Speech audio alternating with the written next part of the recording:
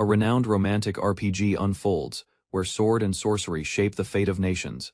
At the heart of the tale lies the Royal Academy, where heroes train to defeat the Demon King.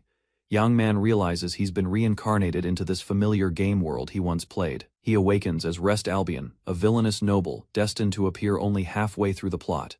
Knowing his grim fate, he accepts the truth he is bound to die without intervention. At age 14, children undergo a sacred ritual where the goddess grants them a unique skill. During the ceremony, as he knelt before the priest, memories of his past life returned. The priest began to reveal the divine skill, only to hesitate in shock. To everyone's disbelief, the skill granted was tame, widely regarded as worthless. His family, known for swordsmanship, reacted with disbelief and embarrassment over the non-combat ability. His father's harsh words crushed any remaining pride, branding him a disgrace to their family name, though shaken. Rest began to recall the truth behind his skill and identity. It became clear he had been reborn as a character from his favorite game, Symphony of Sword and Sorcery. However, the role he inherited was not of a hero, but a minor antagonist.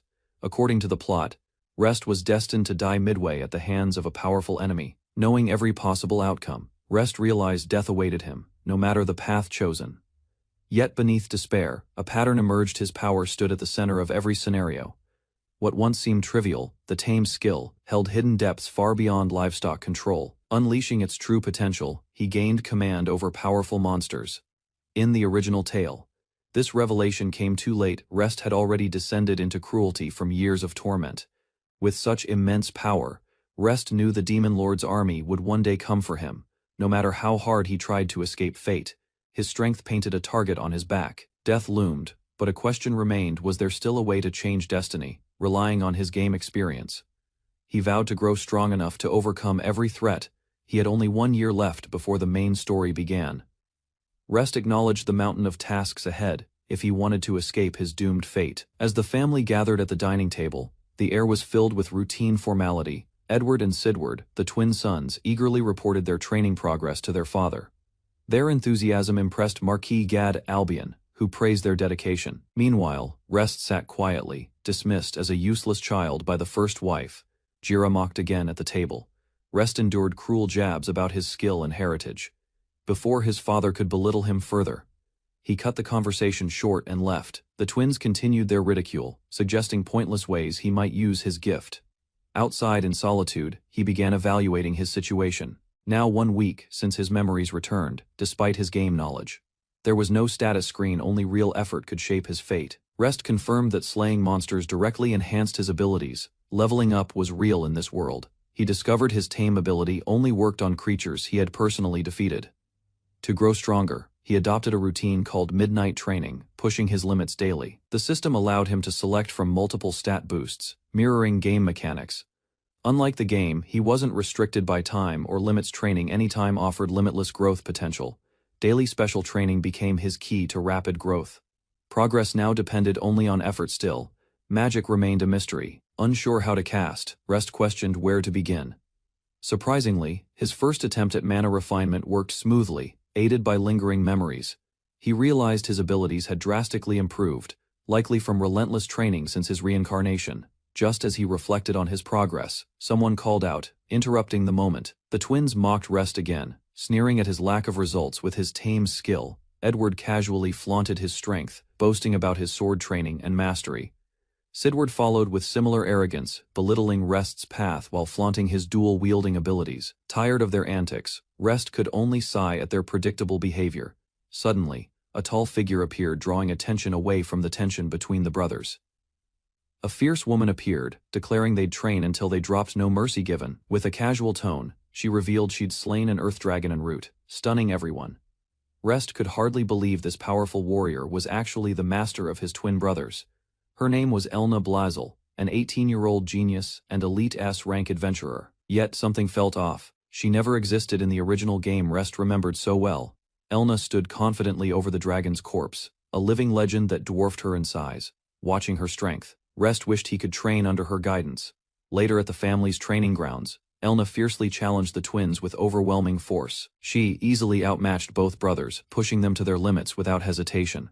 Though Rest admired her skill, he questioned whether such brutal training was truly necessary. Rest knew he couldn't master real combat alone. He needed someone to train with. Elna visited the Albion family once a month, yet few took her lessons seriously. Recognizing the opportunity, Rest vowed not to let it pass him by. Before he could approach, Elna confronted him directly, asking what he needed. Introducing himself formally, Rest prepared to ask the S-rank adventurer for her guidance. With firm resolve, Rest begged Elna to teach him swordsmanship and help him grow stronger. She declined, explaining that tame was non-combat and he lacked the foundation for her training. Despite the rejection, Rest expressed his unwavering desire to become powerful. Elna paused, then handed him a sword, testing his determination with action, not words. Charging forward, she demanded he prove his worth through battle. A sudden kick launched the boy backward, the force behind it far beyond what he expected. Her movements were swift, precise, and left no room for hesitation. Despite holding back, she remained a serious threat. Dropping his guard even once would end the fight. This was his chance to study, adapt, and claim even a small victory. Charging forward with renewed resolve, he swung, but her calm defense stopped him cold once again. Rest collapsed to the ground, unable to withstand the pace of the duel. He struggled to stay upright, gasping for air as the woman approached. Her calm stance made it clear the match had reached its conclusion. Without hesitation, she gave her judgment. Rest froze under her blunt words, unable to argue. Her evaluation continued, dismantling any illusion of progress. Then came the question that pierced deeper than criticism. Why did he seek power at all? She questioned Rest's true motivation. Was it pride, rivalry, or something deeper? Without hesitation, he declared his goal. More than anything, he wanted to overcome the fate that bound him. Her eyes widened. That answer struck a chord, though she said nothing. Surprisingly, she offered him a chance: 30 minutes of sword training, once her current students were finished. Overcome with joy, Rest accepted without pause. For him, this small step forward felt like a personal victory. Before parting, Elna handed Rest a wooden sword and taught him the basics. 2 months passed. The delay did not discourage him. Rest continued to practice, waiting for the next opportunity. Rest charged forward, fully focused on applying what he had learned. Despite his effort, Elna broke his stance with ease. Her sharp gaze tested his resolve as she questioned his hesitation. She pointed out the flaws in his rhythm and prepared her next move. Rest lunged forward with an unexpected angle, catching Elna off guard for a moment. Their blades clashed on even ground. His feint was predictable, and circling behind her had only left him open. He held back, realizing brute force wouldn't work. Instead, he trusted in the unique skill he had trained for. Under Elna's strict guidance, he had poured himself into technique. Focused and empowered, the skill enhanced his speed and strength in a single swing. Rest unleashed his technique with a powerful swing. The motion was sharp, fluid, and filled with purpose. Elna's eyes widened in surprise.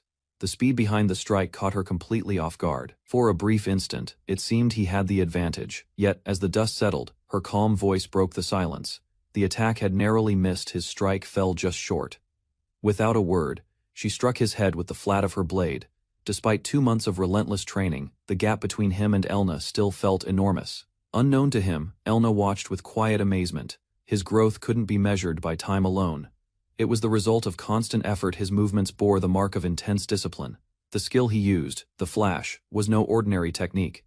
Normally, mastering such a move would take a year. For someone like Rest, reaching this level in weeks was nearly unthinkable. Elna stood in disbelief. Rest had accomplished in 2 months what took others nearly a year. As he smiled with renewed energy, something stirred within her. Doubt gave way to realization. She saw more than progress. Rest might be more than just a student. He could be a rare and exceptional talent. Rest Albion, reborn as a notorious noble, knew his fate ended in death. Surrounded by nobles at dinner, he remembered being reincarnated into a game he once played. Determined to survive, he used his game knowledge to grow stronger. Training under a skilled mentor for over a month, he gained rapid power. Avoiding major characters kept him safe until an unforeseen event disrupted his careful plans. News of Princess Charlotte's upcoming visit to the estate caused immediate tension. Rest's reaction was sharp. Her name alone triggered alarm and confusion in him. She wasn't just royalty. She was a major heroine in the game, world he knew too well.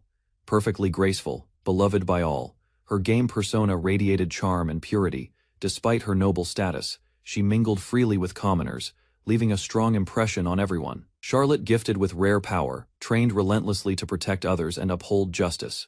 Because of her nature, she refused to tolerate harm, even when it came from Rest himself. In the original story, she stood beside the protagonist to confront Rest during his rampage. However, by that point in the game, their paths shouldn't have crossed. Something had changed. Apparently, she'd requested to meet a young swordsman none other than Rest Albion himself. The others reacted with excitement, dreaming of royal favor and rising status. Rest, however, was stunned to realize Elna and Charlotte were linked in any way. It became clear that his involvement with Elna had caused the game's scenario to shift. With that change, he realized the swordsman Charlotte sought was likely him, despite the noise around him. Rest knew she couldn't have meant anyone else. 2 weeks later, the estate prepared for Charlotte's arrival as tension filled the air. Rest dreaded the meeting, aware of their complicated ties and unable to walk away. The twins, unaware of the truth, mocked him and insisted he leave before the princess came. Taking the opportunity, Rest politely excused himself and left with a smile. Outside, he decided to spend the day testing his strength against monsters instead.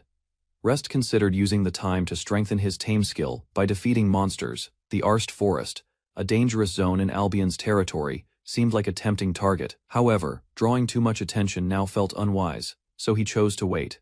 Meanwhile, a formal tea meeting began as Princess Charlotte was warmly welcomed. She smiled gracefully, unaware of the changes her presence had already set in motion. During the tea gathering, the Duke mentioned that Charlotte had recently acquired the powerful Holy Sword Princess skill. The twins were stunned to learn the ability surpassed even their brother's elite sword saint class. Charlotte then made a modest request to watch the two of them spar. Following the formalities, they eagerly escorted her to the training grounds. Once there, the sparring began with loud clashing steel, both of them doing their best to impress the princess. Though both boys displayed energy and effort, their skills weren't particularly impressive to her. Their concern grew as they noticed her lack of reaction, eager to impress. They suggested showing her real combat instead, something more thrilling than staged practice, claiming they could demonstrate their swordsmanship against actual monsters. They insisted on going, claiming it was under direct orders to win her favor, and promising her safety at all costs. In the courtyard, the noble girl and her maid faced two boys. Their group entered the forest, where thick shadows veiled the path. Glancing around, the girl suddenly remembered another member of the Albion family, one who should have accompanied them. The boys exchanged knowing looks and explained that he had withdrawn, believing he didn't deserve her notice. His skill was merely tame, a power deemed too minor to attract attention. News of the boy's skill left the noble girl thoughtful, her maid visibly startled by the revelation. Moments later, a pack of gray wolves emerged from the underbrush. Without delay, the boys drew their weapons and lunged forward, clashing with the beasts in a brief yet fierce encounter. They caught their breath, though the result fell short of expectations. Sensing a subtle shift in the forest's air, the maid advised retreat. Wary of the ominous change ahead, though Estella agreed to withdraw, the boys resisted, eager to prove their strength and continue the challenge. A sudden crash stole everyone's attention. Eyes widened in alarm as an enormous presence emerged before them. Standing tall among the trees, a colossal wolf with a menacing gaze confronted the group. Recognition struck the maid instantly. It was a gale wolf, a highly dangerous C-rank monster. One of the boys was thrown aside, and the maid took a direct hit. The maid commanded the boys to escort the princess to safety while she stayed behind to face the threat alone. Obeying despite hesitation, they took off through the woods. But before they could escape far, another beast descended from above, halting their retreat. Recognizing the danger, the princess drew her sword and called for the boys to prepare. Cornered and overwhelmed, the group struggled to hold their ground against the monster's relentless approach. A direct strike failed. The boy's sword bounced harmlessly off the beast's hide. Watching one of her protectors fall, the princess realized hesitation was no longer an option. She drew her blade. With a sharp cry, she launched herself at the monster. Elsewhere, a girl gritted her teeth, holding on and hoping that Estella would arrive before it was too late. But the wolf surged forward with terrifying speed, and the princess could only brace for impact. As wind surged unnaturally, the princess realized the monster was using magic. A sharp breath escaped her lips as the beast closed in. Her spell was still incomplete. Before she could react, a crushing blow sent her flying. Her thoughts raced. Was this truly the end? At the last second, a black-haired figure appeared, shielding her from the attack. She blinked in disbelief. Recognition slowly dawned. Staring at the newcomer, she gasped. As the monster loomed ever closer, the black-haired boy stepped forward, calmly introducing himself as just another ordinary person passing by. While training alone in the courtyard, he sensed something unusual and paused mid-swing. A short distance away, Charlotte walked into the forest with her maid and Edward's group, unaware of being watched. He spotted them heading toward Alst Forest and was shocked by their destination. Realizing their reckless intent, he sprinted after them, concerned they were showing off for Charlotte. He tailed them quietly, aware most monsters were weak, but feared one strong enemy could endanger her life. He considered the consequences and decided to trail them, believing it was safer than doing nothing. Without warning, his instincts were validated as a powerful presence surged nearby. A monstrous beast appeared, forcing him to act swiftly and protect Charlotte from harm. Although he hadn't planned to confront her yet, the other's incompetence left him no choice. Attempting to conceal his identity, he awkwardly introduced himself as a mere passerby. Charlotte grew suspicious of his identity. Sensing something didn't align with his claim, a massive beast emerged before them, and he calmly positioned himself to shield her. Identifying the creature as a garlwolf, he knew its wind magic made it a dangerous foe. Despite the odds, he relied on his knowledge from the game to devise a strategy. Steel met claw in a swift clash as he launched the first strike without hesitation. Their clash erupted with force, shaking the ground as the garlwolf charged head-on.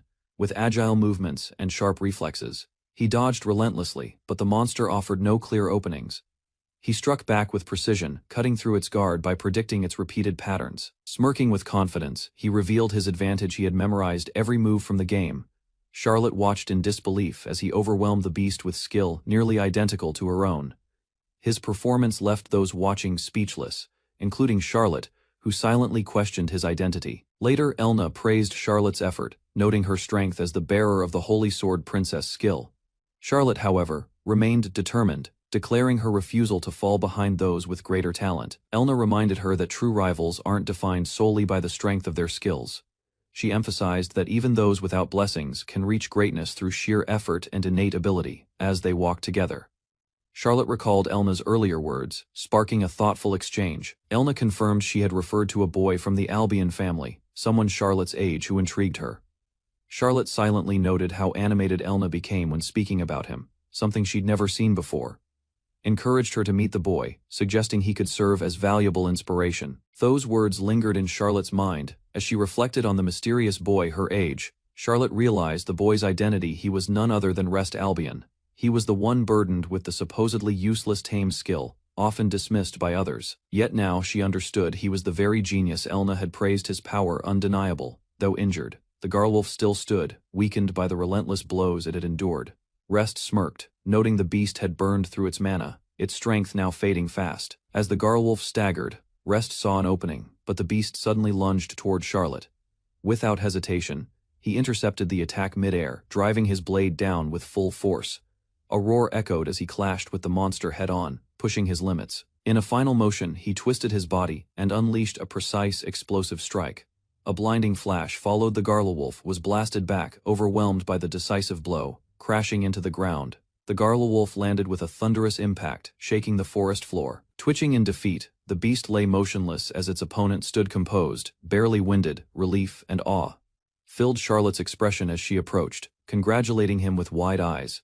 Though a smile touched his lips, triumph felt distant, overshadowed by thoughts of what lay ahead. Victory marked a beginning, not an end for one bearing the dame's skill. True trials had only begun. After defeating the beast, Rest approaches the girl, who unexpectedly addresses him by name. Noticing his sword, she comments on its origin, recognizing it as a gift from Lady Elna, one identical to her own.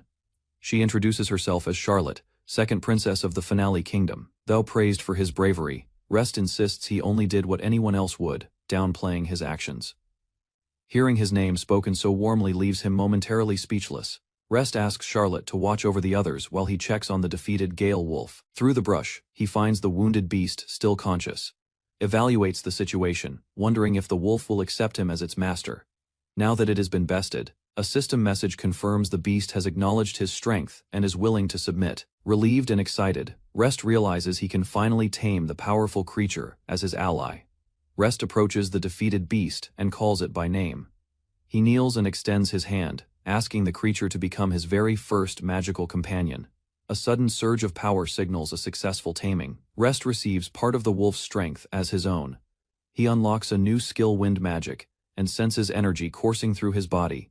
As a reward, the system grants him access to interdimensional sanctuary, marking his first major step as a tamer. Confidence surged as he realized taming wasn't just about control, it was a path to gaining monster abilities. Harnessing wind magic from Gale Wolf proved how powerful that bond could become. This version refused to fall to power's temptation, and trained harder to rise above weakness. He vowed to tame even more beasts and grow stronger with each victory. With renewed purpose, he declared his goal to reach the pinnacle and become the strongest in existence. Muttering to himself, he questioned the practicality of calling the beast Gale Wolf every time. Instead, he offered a shorter name Gale, which the wolf accepted with an approving growl. Satisfied, he decided to keep the creature's presence hidden and planned to test his new skill immediately. By opening the interdimensional sanctuary, he created a safe space and asked Gale to remain there. Just as Gale vanished inside, a familiar voice called out, catching him by surprise. Estelle rushed in, alarmed to see her mistress surrounded by fallen allies. Charlotte reassured her they had fended off another Gale wolf. Curious questions followed. Estelle and the boys wanted to know who had stepped in during the danger. Charlotte revealed who had protected her from the threat. She introduced him confidently rest of the Albion family, the one who saved her life. Silently compared her own struggles to how quickly he subdued the beast. Estelle questioned how someone with only the tame skill could have possibly defeated a Gale wolf. With a gentle smile, Charlotte turned and asked Rest directly, nudging him to speak. He admitted the battle was difficult, but assured her he somehow succeeded, doing his best to remain composed. With Estelle expressing deep thanks and a promise to formally repay him later. But confusion set in. Estelle noticed he called her by name, even though she hadn't introduced herself. Charlotte casually explained away the confusion, saving Rest from revealing too much. Relieved, he reminded himself to stay cautious when dealing with game characters in reality. With danger past, the group agreed to leave the forest together. Rest carried his unconscious brother while Charlotte followed, injured and exhausted. Despite her own wounds, Charlotte urged the maids to prioritize the injured brothers first. Their father stormed into the room, alarmed by the situation. Suspicion immediately fell on Rest, who denied involvement. Frustrated, the father pressed Rest for an explanation, questioning why he alone was unharmed. Charlotte stepped forward, defending Rest as her savior, clearing him of any blame. The maid calmly explained how they had entered the Ulst forest under the guidance of two knights. Her composed accusation caught the Marquis off guard, as she questioned the wisdom of letting children wander into monster-infested woods. Shocked, the Marquis denied granting any permission, realizing too late the gravity of their actions. The maid asserted that responsibility ultimately rested with the household's leadership. Charlotte, however, softened the tension, acknowledging shared fault and choosing not to cast blame entirely. She revealed Rest's brave feat. He had taken down a Garla wolf on his own. Charlotte smiled gently, expressing gratitude. She urged everyone to consider the matter resolved for Rest's sake. Still processing the revelation, the Marquis was left speechless by Rest's unexpected strength. Shifting the focus, Charlotte requested Rest, politely asking to be shown to her quarters. Before leaving, she turned to Rest, requesting a proper meeting, later to express her thanks. Doubt clouded the Marquis's face as he struggled to accept that Rest had overcome such a fierce beast alone. That night, sleep eluded Rest, while Charlotte and her party remained at the estate for rest. Wandering the terrace, he considered training instead, only to be called out gently from behind. He turned and was surprised to find Charlotte, lantern in hand, standing beneath the moonlight. Under the quiet sky, she invited him to talk, and he quietly accepted. Charlotte bowed in sincere gratitude, acknowledging that Rest's intervention had likely saved her life. He reassured her with a smile, expressing relief that she was unharmed. She praised his kindness. Impressed, Charlotte complimented his swordsmanship, amazed by his feat of defeating a Garwolf alone. Rest, however, credited her effort, claiming she had weakened the beast before his arrival. Together, they shared a quiet laugh beneath the stars, both humbled by the experience. Charlotte reflected on the night's events, and, with newfound clarity, declared she had made an important decision. She turned to Rest with a quiet smile, the stars shimmering behind her. With a flustered heart, Rest anticipated a confession as Charlotte hesitated on her words. To his surprise, she earnestly asked if he would become her sword friend. She explained her wish to train and grow alongside him as equals and rivals. Charlotte admitted her original goal had been to catch up to Lady Elna, though the gap felt impossibly wide. She confessed that someone like Rest, close in age yet just ahead, gave her hope of reaching new strength, with rising confidence. She asked him again this time with conviction if he'd become her sword friend. Rest hesitated, aware of the risks, but couldn't ignore her sincerities. Smiling faintly, he accepted, promising to walk that path with her. A bright smile spread across her face as she joyfully accepted their new bond. Without hesitation, she asked him to call her Karo, disregarding status. His reaction was immediate and flustered. Any protest was quickly dismissed.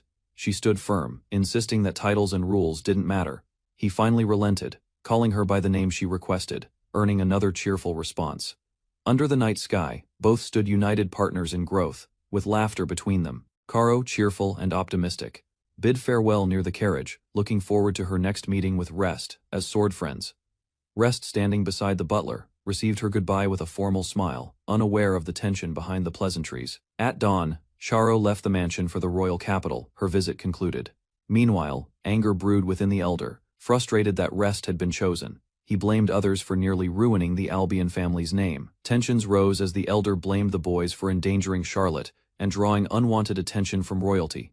Rest stood confused, unsure of the accusations or the burden placed on him. One brother stepped in, claiming the princess's interest stemmed from a fabricated tale. Despite the elder's objection, the brother insisted Rest couldn't have achieved such a feat alone. Convinced of deception, he declared Rest's actions unforgivable. The elder, convinced by the false narrative, accepted the explanation with misplaced confidence. Rest silently questioned their intelligence, unable to hide his disbelief at the absurdity. In truth, the others had engaged the beast, but their attacks lacked precision and impact. Despite Rest's claim of victory, the elder lashed out, denying his contribution with scorn. Standing firm, Rest insisted his account was honest, challenging his father's refusal to believe. Faced with doubt, Rest was challenged by his father to prove his claims. The condition was clear: defeat both Ed and Sid at once in a duel.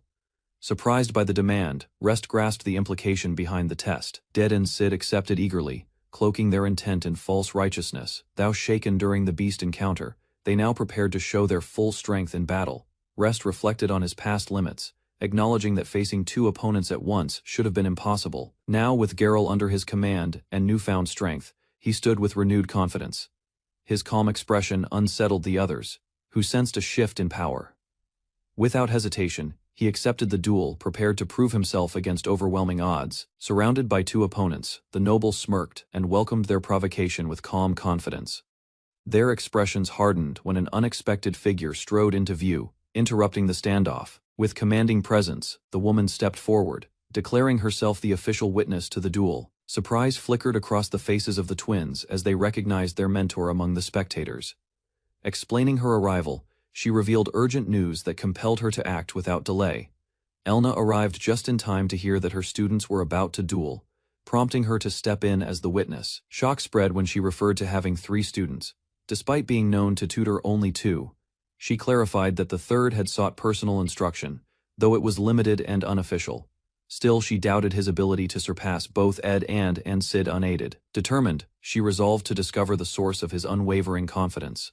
Acknowledging Elna's presence, the instructor welcomed her to serve as witness to the upcoming duel. Rest reflected inwardly, admitting that not long ago, victory against his brothers would have been impossible. He believed Elna understood his nature, one that never made hollow claims about power. Moved by his conviction, she challenged him to prove that belief through action.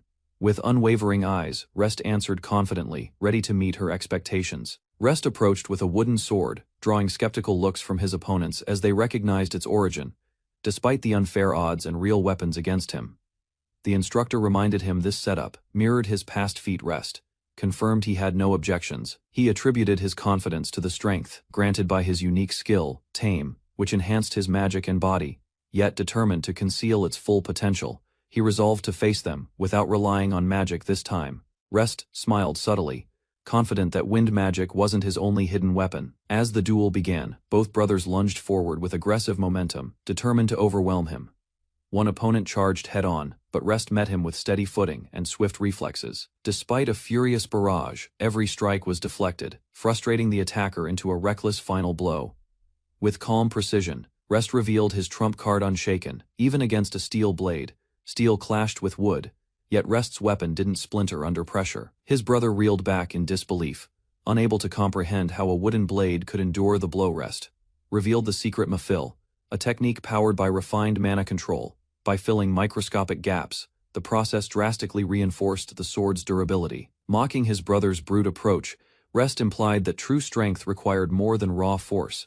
Rest recalled Mafill from the game, an advanced frontline skill requiring refined mana control and vast reserves.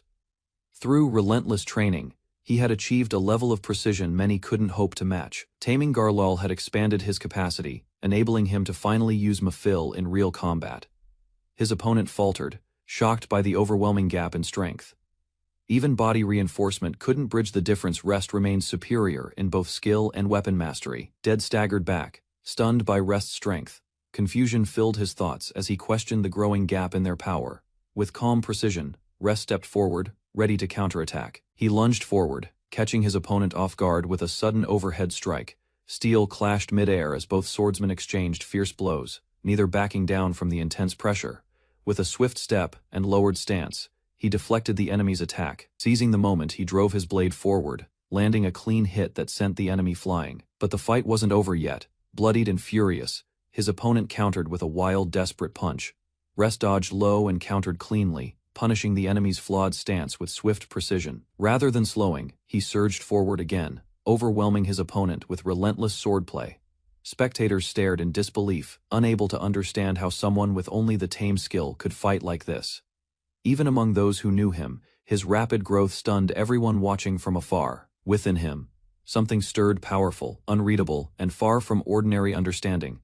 Edward gritted his teeth, fully aware that he and Sid still had trump cards left unused. From the sidelines, a calm observer reflected on the brutal truth of battle. Surpassing overwhelming skills was the only path forward. Rest evaluated his options, calculating how to force both foes to yield without drawing controversy. Resolved, he narrowed his eyes, ready to demonstrate power that would leave no doubts.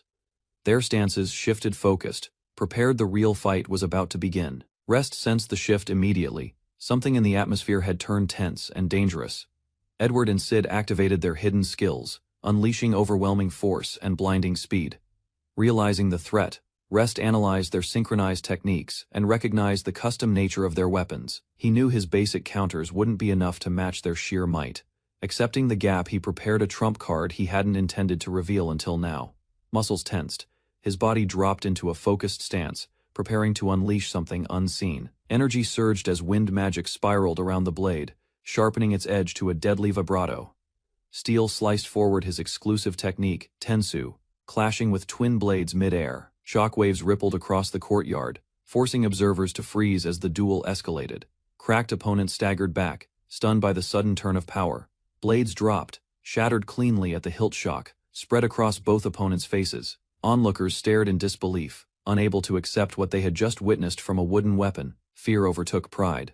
Both combatants fell back, wide-eyed and silent, completely disarmed. A final question cut through the silence, but no answer came. A voice behind him called the match. Victory was sealed. Rest stood tall, quietly clenching his fist in triumph. Rest stood over the defeated Edward and Sidward, his calm presence marking the end of the duel. Their surrender sealed his unexpected victory. Watching in disbelief, a noblewoman trembled at the reality her sons had lost to a child of a concubine. As tension lingered, an official demanded that the Marquise Albion accept the outcome, leaving no room for rejection. With reluctance, the Marquise conceded. Rest was declared the true victor, yet beneath his silence, the Marquise's fury deepened. Marquise Albion, wounded and humiliated, staggered away in silence, as his children watched in shock. Rest observed the scene calmly.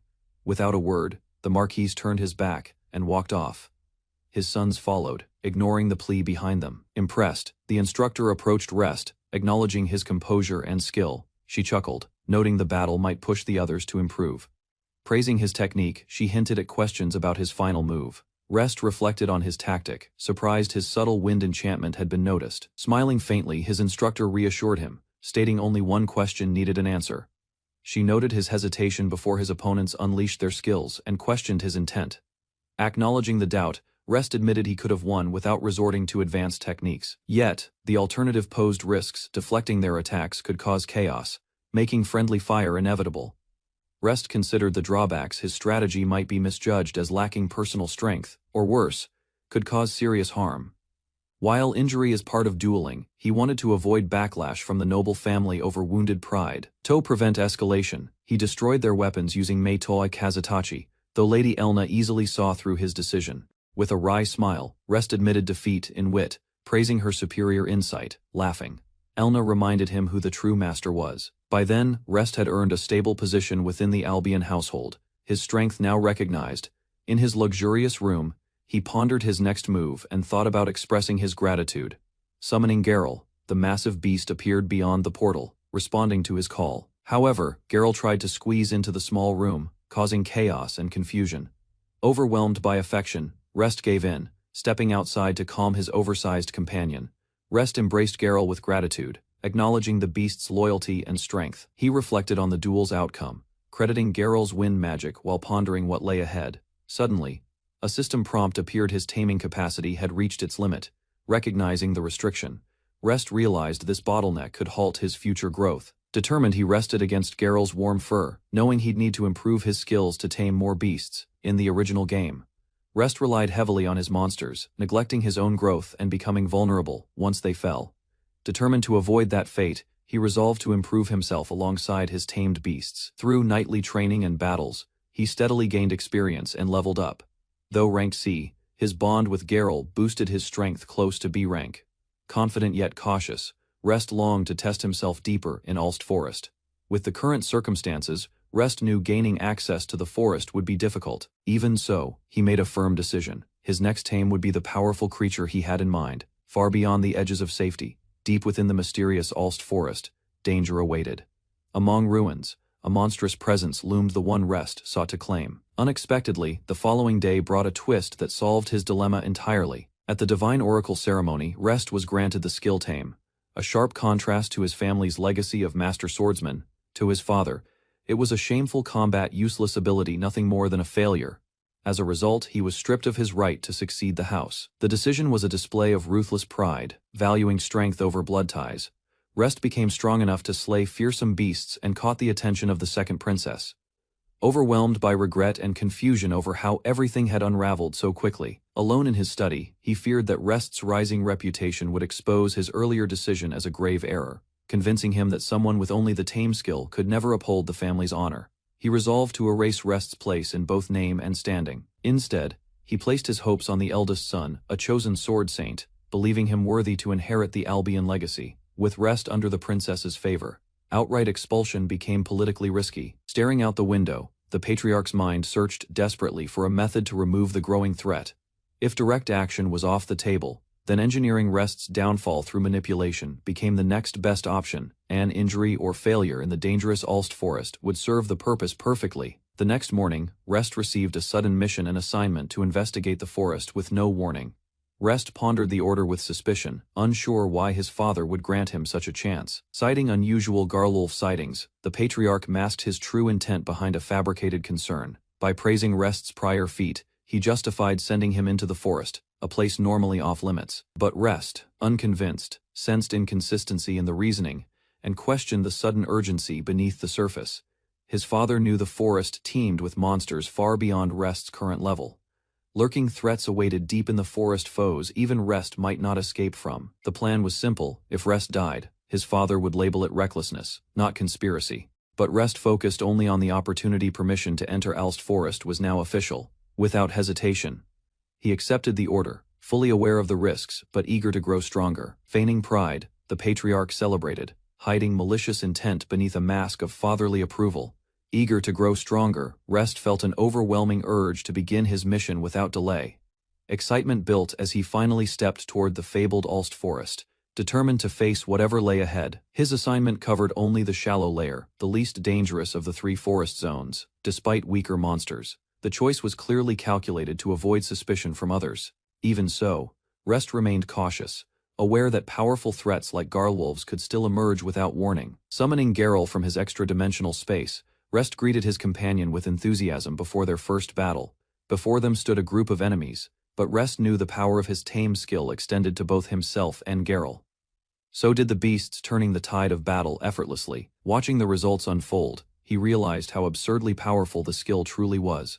Armed only with a wooden sword, Rest relied on precision and control, subduing foes without killing. When raw power was needed, Rest unleashed a blade technique for cutting precision without hesitation. Suddenly, a high-speed threat burst from the trees, forcing him to dodge mid-strike. AD-rank Firebird hovered above, out of reach, but Rest viewed it as an opportunity for spellwork, channeling wind magic. He launched a sharp, focused shot aimed directly at the target. The spell struck true, but a strange energy followed, catching him off guard mid-air.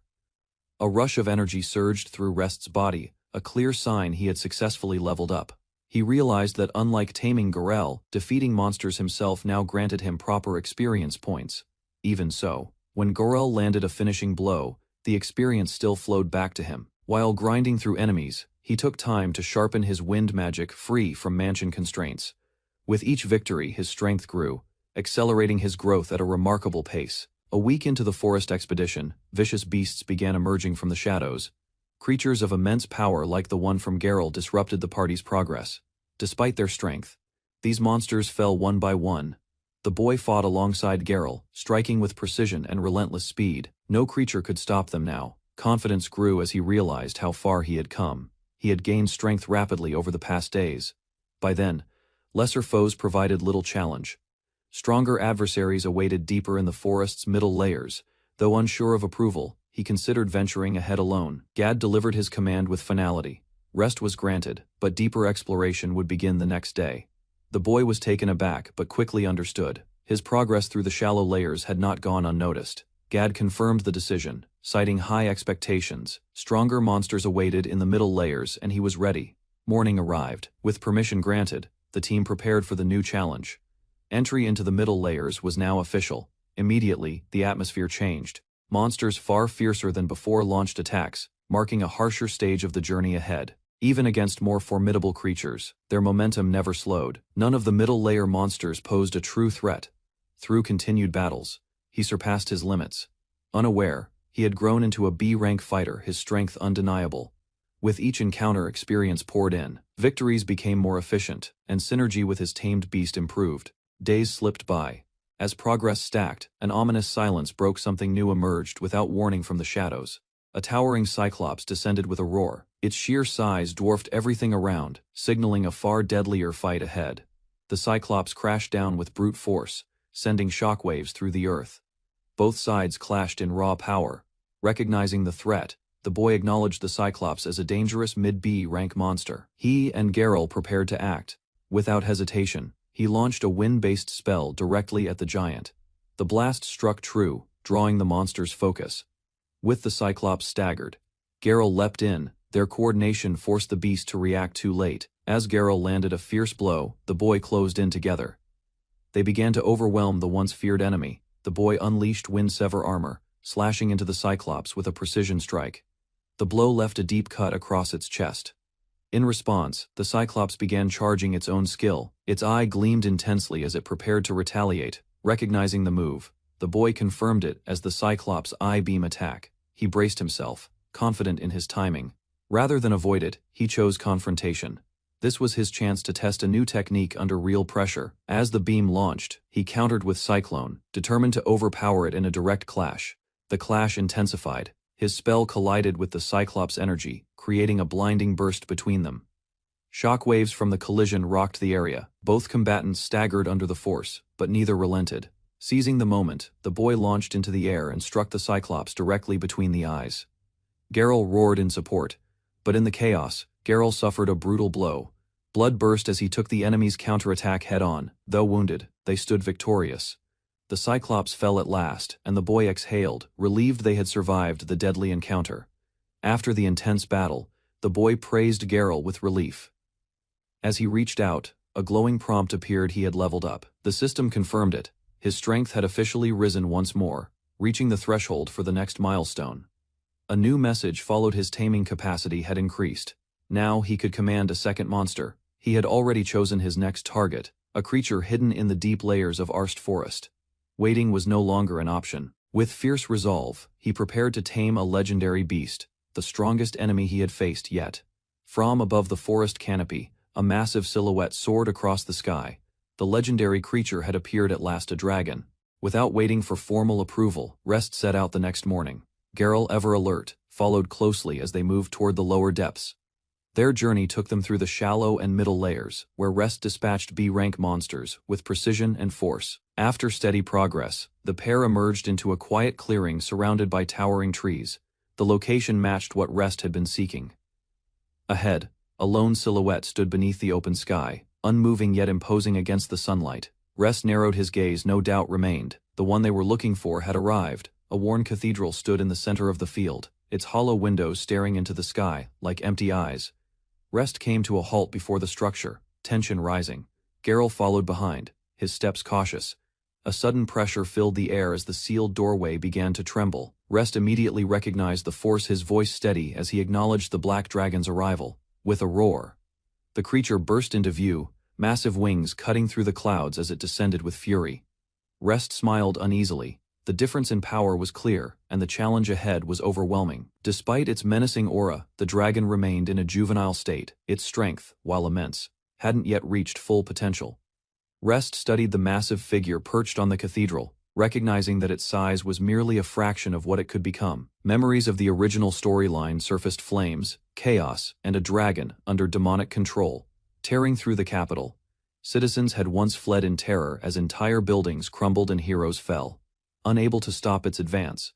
Only after gaining freedom did the beast turn its power toward healing, restoring what it had once destroyed. Legends told of a divine ancestor protector of the kingdom, who once stood as a guardian deity against evil. Lying still beneath the open sky, the fallen dragon spoke its final words, revealing its desire never to harm others with its strength. Although many players dismissed the scene as a scripted defeat, it lingered deeply in memory. Despite appearing only once, the dragon's story left a lasting emotional impact that was difficult to ignore. Upon awakening in this world as Rest, one goal became clear: use taming skills to turn that dragon into a trusted companion. Gaining a black dragon as an ally promised great power, yet avoiding its tragic fate mattered even more.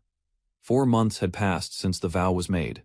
The chance had finally arrived, but taming required first proving dominance in battle.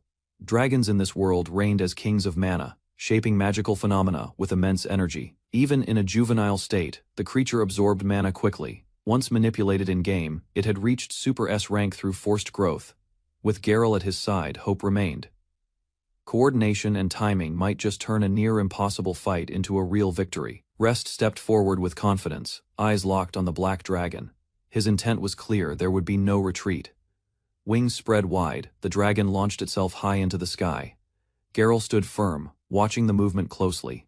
A heavy aura flooded the field, pushing back the grass as Rest prepared his stance, acknowledging the dragon's force. With no hesitation, he gave the signal. Geralt responded instantly. The battle had officially begun. The young noble launched forward, wind gathering at his command. His beast companion roared as they advanced toward the flying menace looming above. A series of cyclone blasts surged from his hand, amplified in strength and number. The dragon responded swiftly, wings slicing the air as it countered the assault. A powerful roar echoed as it soared even higher. Unfazed by the growing threat below, shock crossed the boy's face. With only a single flap, the dragon had shattered his magic's effect, scattering the attack like dust on the wind, but he didn't retreat. Standing firm, he narrowed his eyes and prepared for the next strike. The dragon gathered a dense sphere of mana in its jaws, radiating destructive power. The beam of magic shot out, tearing through the sky with devastating force. He narrowly evaded the blast, propelled backward by the impact. His figure flung across the air. A calm expression returned to his face. The attack may have been powerful, but it missed. With a swift spell, he invoked wind magic to lift himself mid-air. His body rotated as he closed in on the dragon from above.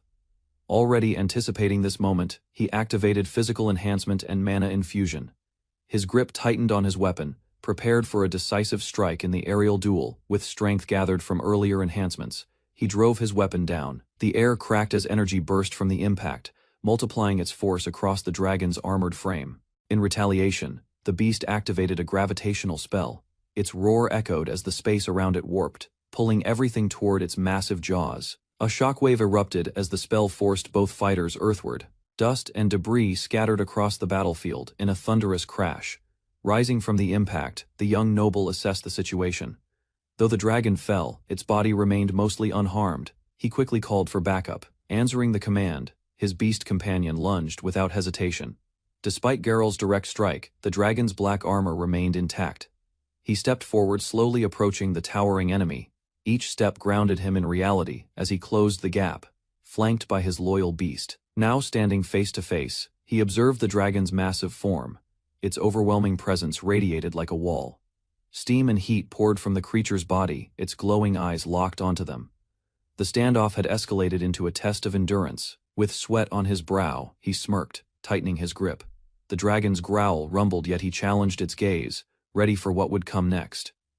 A confident smile crept across his face. Despite the odds, he showed no fear. His earlier attack was only a test, not the real strike. With blade drawn and Geralt at his side, he prepared to unleash his full strength. The battle had only just begun. The black dragon had once soared through the skies, but after being struck down, it chose not to fly again. Now grounded, it unleashed its full strength in a relentless ground assault.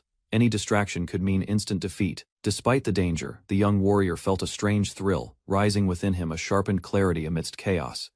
He recalled the game, where this beast had always been corrupted, never truly itself.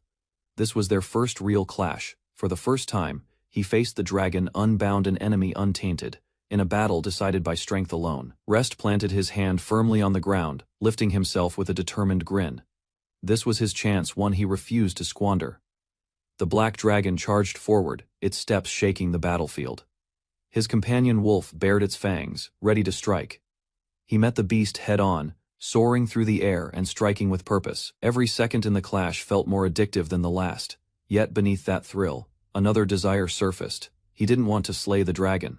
Rest's ambition extended beyond battle. He sought to break the creature's chains and free it from the cruel fate written in the game's code. With a firm voice, Rest rallied Geralt at his side. The moment to strike had come, and hesitation wasn't an option. Though the black dragon's attacks came with great force, they were far from perfect. Each motion was heavy and wide, leaving gaps.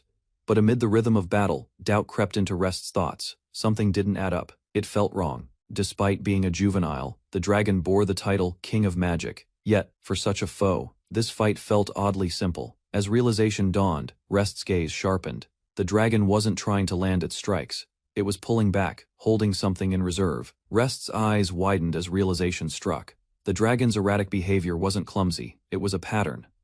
The beast reared back, energy building in its throat.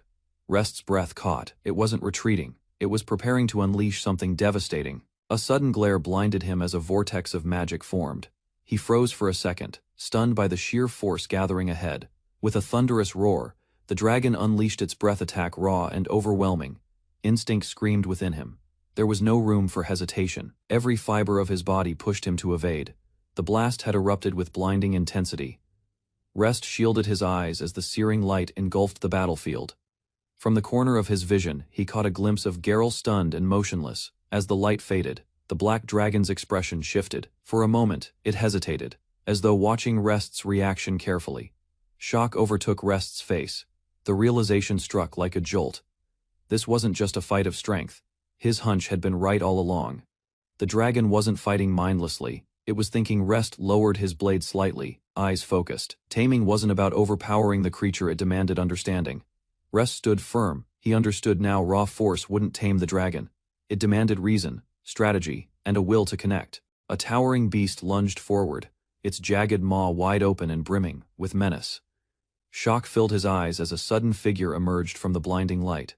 Confusion overtook his expression, unsure whether it was friend or foe. The heat surged around him, unbearable and suffocating. Doubt crept in. Had he miscalculated the danger? He questioned if his end was moments away. As the smoke cleared, he remained standing, breathing heavily. He scanned the surroundings, sword tightly gripped in one hand. Massive dragon loomed behind him, calm yet imposing. The wolf nearby growled, but the boy didn't flinch. He had survived. A quiet breath escaped Rest's lips as the tension eased. His instincts had been right from the start. Rather than an enemy, the black dragon's presence held no malice. It had never meant to cause harm. Though its breath attack appeared threatening, Rest's doubts formed a theory. Each strike lacked deadly precision. Confidence replaced fear. He realized the breath was the only attack he could endure, and that had shaped his plan. What seemed like lethal energy was merely a shell of dense magic inside. It was nothing but empty force. The display of refined magical control was no accident. Only a being hailed as the king of magic could manage such precision. Rest questioned the purpose behind the dragon's effort. Why had it gone so far without delivering harm? Revelation came in the form of acknowledgement. The dragon admired Rest's strength, wisdom, and unshaken resolve to protect. He understood at last it had all been a trial. The dragon's actions were rooted in ancestral duty and ancient memory. Rather than aggression, its restraint proved intent. The dragon would never turn its power against those who stood innocent. Understanding its pride, Rest chose to honor the dragon's legacy. That respect earned him something rare: the dragon's consent to be tamed. With a confident smile, he extended his hand, offering trust without hesitation or fear. The dragon stared in silence, as if contemplating the sincerity in Rest's gesture. Moments later, it lowered its head in recognition, submitting to the bond now forged between them. Rest gently placed his hand on its scales. The connection was no longer of dominance, but mutual respect between man and dragon filled with determination, called upon the dragon to join their cause. His voice echoed with purpose and conviction. Suddenly, a powerful force surged through his body.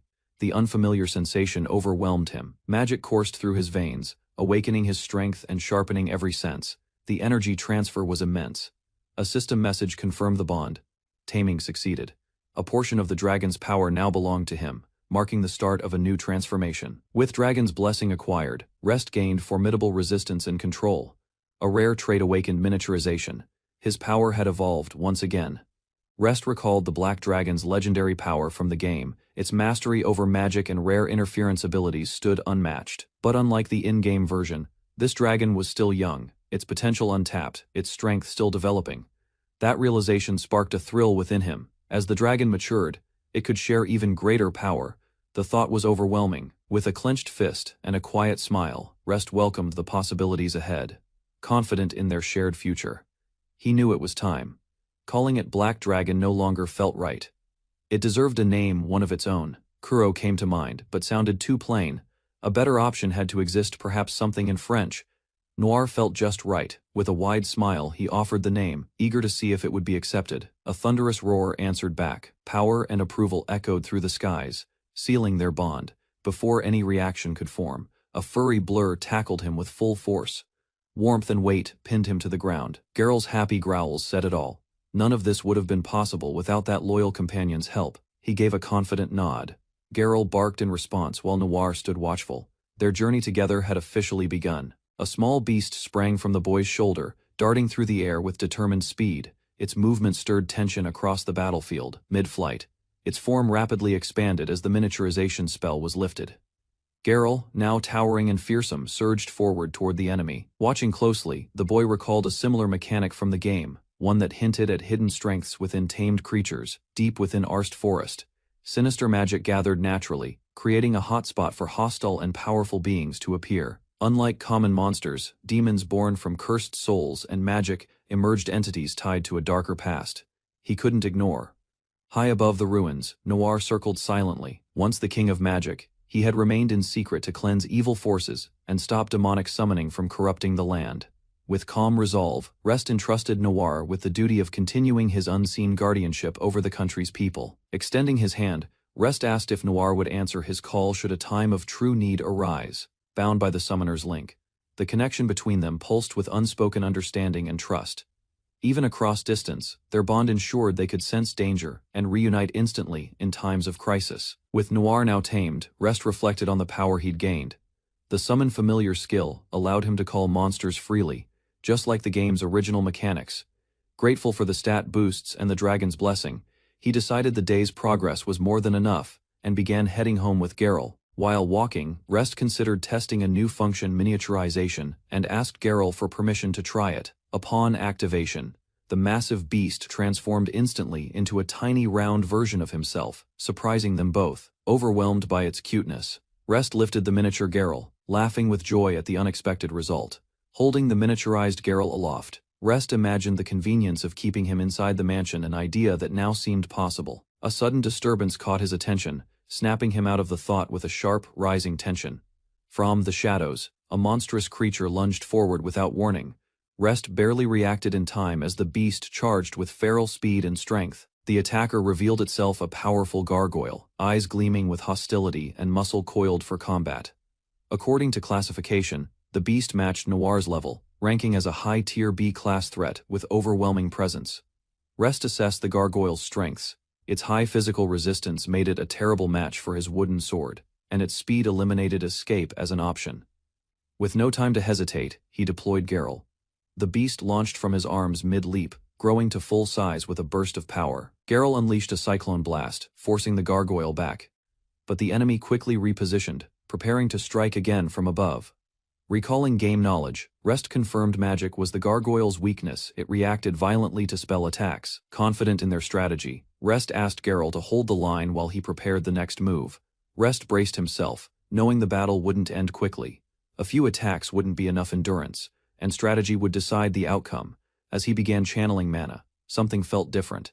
His energy flowed with unusual ease, far smoother than normal. Realization dawned, it was the effect of the dragon's blessing. The advanced control it granted was now fully awakening within him.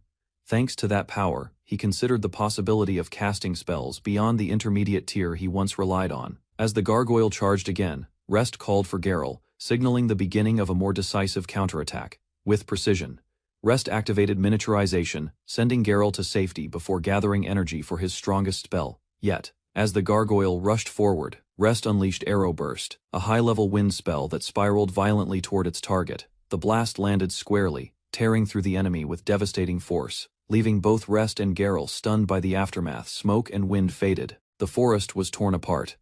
The B-rank gargoyle had been completely annihilated in a single blow. He realized the true source of his strength. Noir's contract had enhanced his mana far beyond its original limits. Rest stood quietly, recognizing the overwhelming power granted through his pact with Noir, the king of magic. The bond exceeded expectations. He turned to Geralt with a calm expression, acknowledging the beast's efforts in the battle that had just ended. With sword skills sharpened under guidance and magic amplified by taming powerful creatures, he felt his strength rising steadily. Now filled with certainty, Rest declared his ambition to climb all the way to the top. At the grand entrance of the Albion estate, a royal carriage arrived unannounced. Caught slightly off guard, the lord of the house managed a polite response. Her lively demeanor left him no room to decline her cheerful expectations. Moments later, a maid stepped forward and presented a gift on behalf of her master. Charlotte accepted it calmly, while Rest observed from the side, uneasy but silent.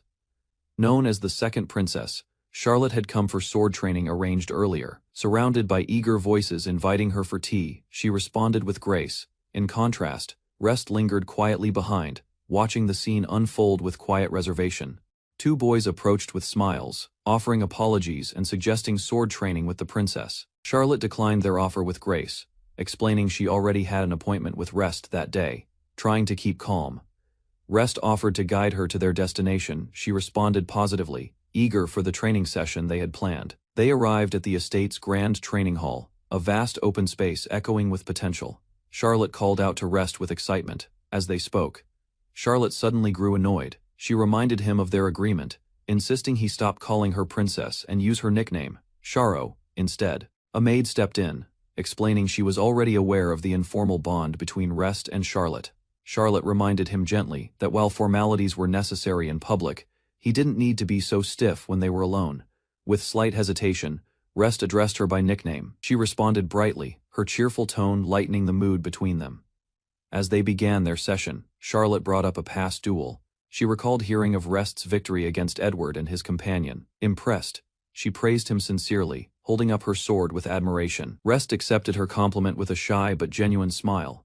Rest recalled the duel Charlotte mentioned, choosing not to explain the uneven odds he faced. Eager to prove herself, Charlotte declared her efforts over the past 2 weeks. She made it clear she wouldn't go down easily this time, prompting a confident smile from Rest. The maid stepped in to signal the start. With that, their match officially began. Charlotte launched a swift, powerful strike. Rest recognized her technique had sharpened significantly, forcing him to respond seriously. In just 2 weeks, her progress had surpassed her former peers. Rest was impressed. Her growth was undeniable. Rest evaluated Charlotte's growth, noting how far she had come in just over 2 months. At her current pace, she could likely defeat both her former opponents simultaneously. With fierce determination in her eyes, Charlotte advanced. He silently acknowledged her strength as something befitting the story's true heroine. The match ended with Charlotte gasping for breath. The maid called the session to a close. While Rest admitted he hadn't expected her to improve so quickly, she believed she had narrowed the gap, but in truth, it felt even wider now. To gain so much power in such little time was impressive, and he struggled to find the right words. With eager determination, Charlotte leaned in and asked Rest to share the secret behind his training.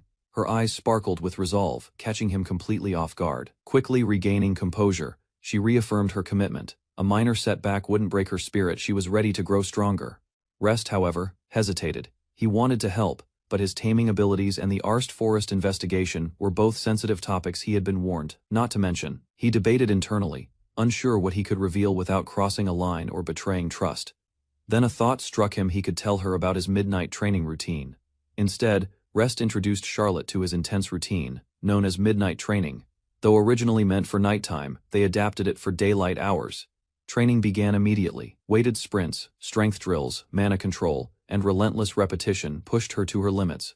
Despite her complaints, Charlotte pressed on, balancing sandbags while refining mana proved exhausting, yet she refused to give up. Estella, watching from the side, was surprised.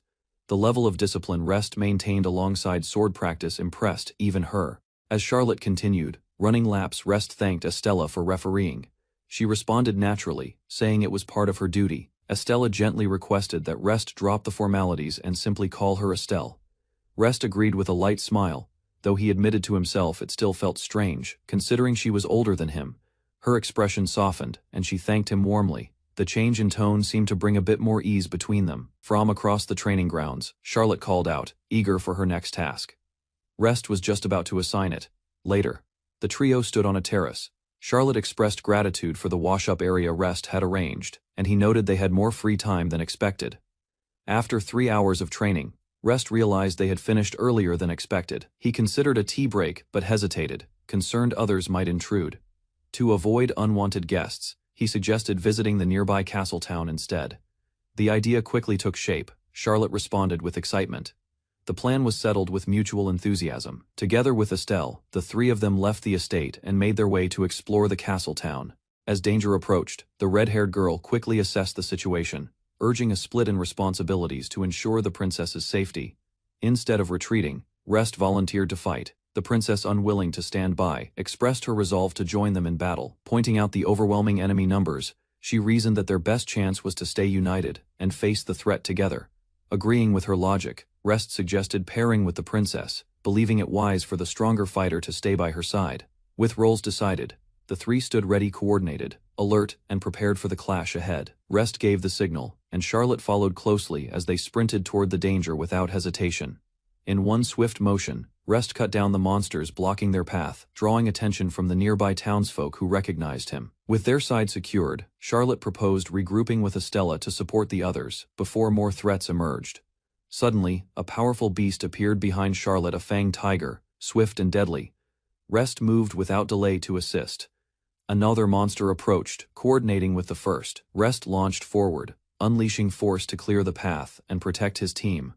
Rest dashed forward, gauging the distance. With hesitation fading, he chose to reveal his wind magic, a skill he had hoped to keep hidden. Before his spell could land, Charlotte released a sacred projectile, her holy arrow slicing through the air toward the beast. The strike stunned him.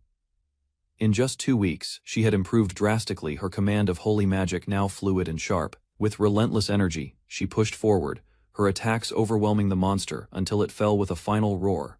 Smiling with relief, Charlotte turned to Rest, proudly announcing their victory. Estella rushed over, concerned for the princess's safety. Rest, calm but impressed, offered praise for the successful defense. Meanwhile, townspeople gathered in excitement, voices rising as they celebrated Rest's heroic actions during the battle. Unnoticed in the crowd, a hooded figure observed silently. Doubts stirred about Rest's rapid growth and unexpected strength. Laughter and relief spread among the group, but questions lingered. Could Rest truly be hiding something beneath the surface? Turning away, the cloaked observer vanished into the alley, intent on uncovering the truth behind the boy's mysterious power. Seated behind his desk, the Marquis reflected on a failed expectation. He had sent the boy into the treacherous depths of Arst Forest, expecting serious harm, or at least failure. Despite lacking academy training, the boy ventured deep into forbidden zones and returned daily without injury. His carefree attitude only deepened the household's confusion. A servant rushed in with breaking news. The Marquis, already puzzled, struggled to accept how someone with the taming skill could achieve anything remarkable. Hearing that the boy had helped defeat a monster in town left him stunned. Suppressing emotion, the Marquis ordered an immediate investigation into the creature's sudden appearance. Fear crept into the Marquis's thoughts. Rest's growing reputation threatened to unravel the plan, placing unwanted attention on him if the boy were to die later. Slamming his desk, he realized delays were no longer an option. The princess's continued praise only worsened his situation. Determined to act, he resolved to send Rest into the forest's most perilous region the next day. That area was feared even by seasoned warriors. It wasn't meant to be entered alone. Despite Rest's past survival, the Marquis was certain this time the boy would not return alive. Doubt briefly clouded the Marquis's certainty. Rest had defied expectations too many times already. Instead of relying on the forest alone, He considered a more absolute solution, hiring an assassin to finish the task discreetly. Gripped by madness, he convinced himself this was all justified. The blame, in his mind, belonged entirely to Rest. That boy's mere presence had become a growing threat. The Marquis feared losing everything he had built. Just then, an unexpected voice emerged from the shadows, echoing agreement. Startled, the Marquis demanded to know who was there. A cloaked woman stepped forward, calmly pointing out a critical flaw in the Marquis's plan. Her presence disrupted everything.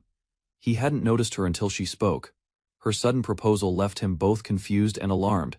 Before he could react, his thoughts began to cloud. She stood behind him, smiling as his awareness faded, numb and dazed. The Marquise gave in. Her suggestion settled deep in his mind, overriding his intent. With everything in place, she whispered to herself. The time had come to uncover Rest Albion's hidden secret. The Marquise under her control, the mysterious woman vowed to reveal Rest's secret herself, taking the plan into her own hands.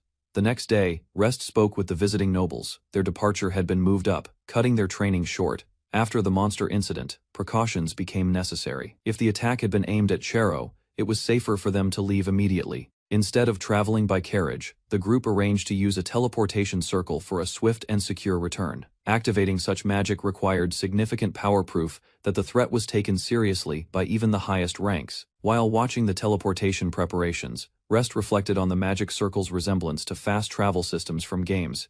He approached the girl standing near the carriage, offering quiet reassurance. Her expression showed hesitation, but his calm presence steadied her. With a gentle smile, he praised her recent growth in both swordsmanship and magic. Rest reminded her that strength would continue to develop, even without his guidance.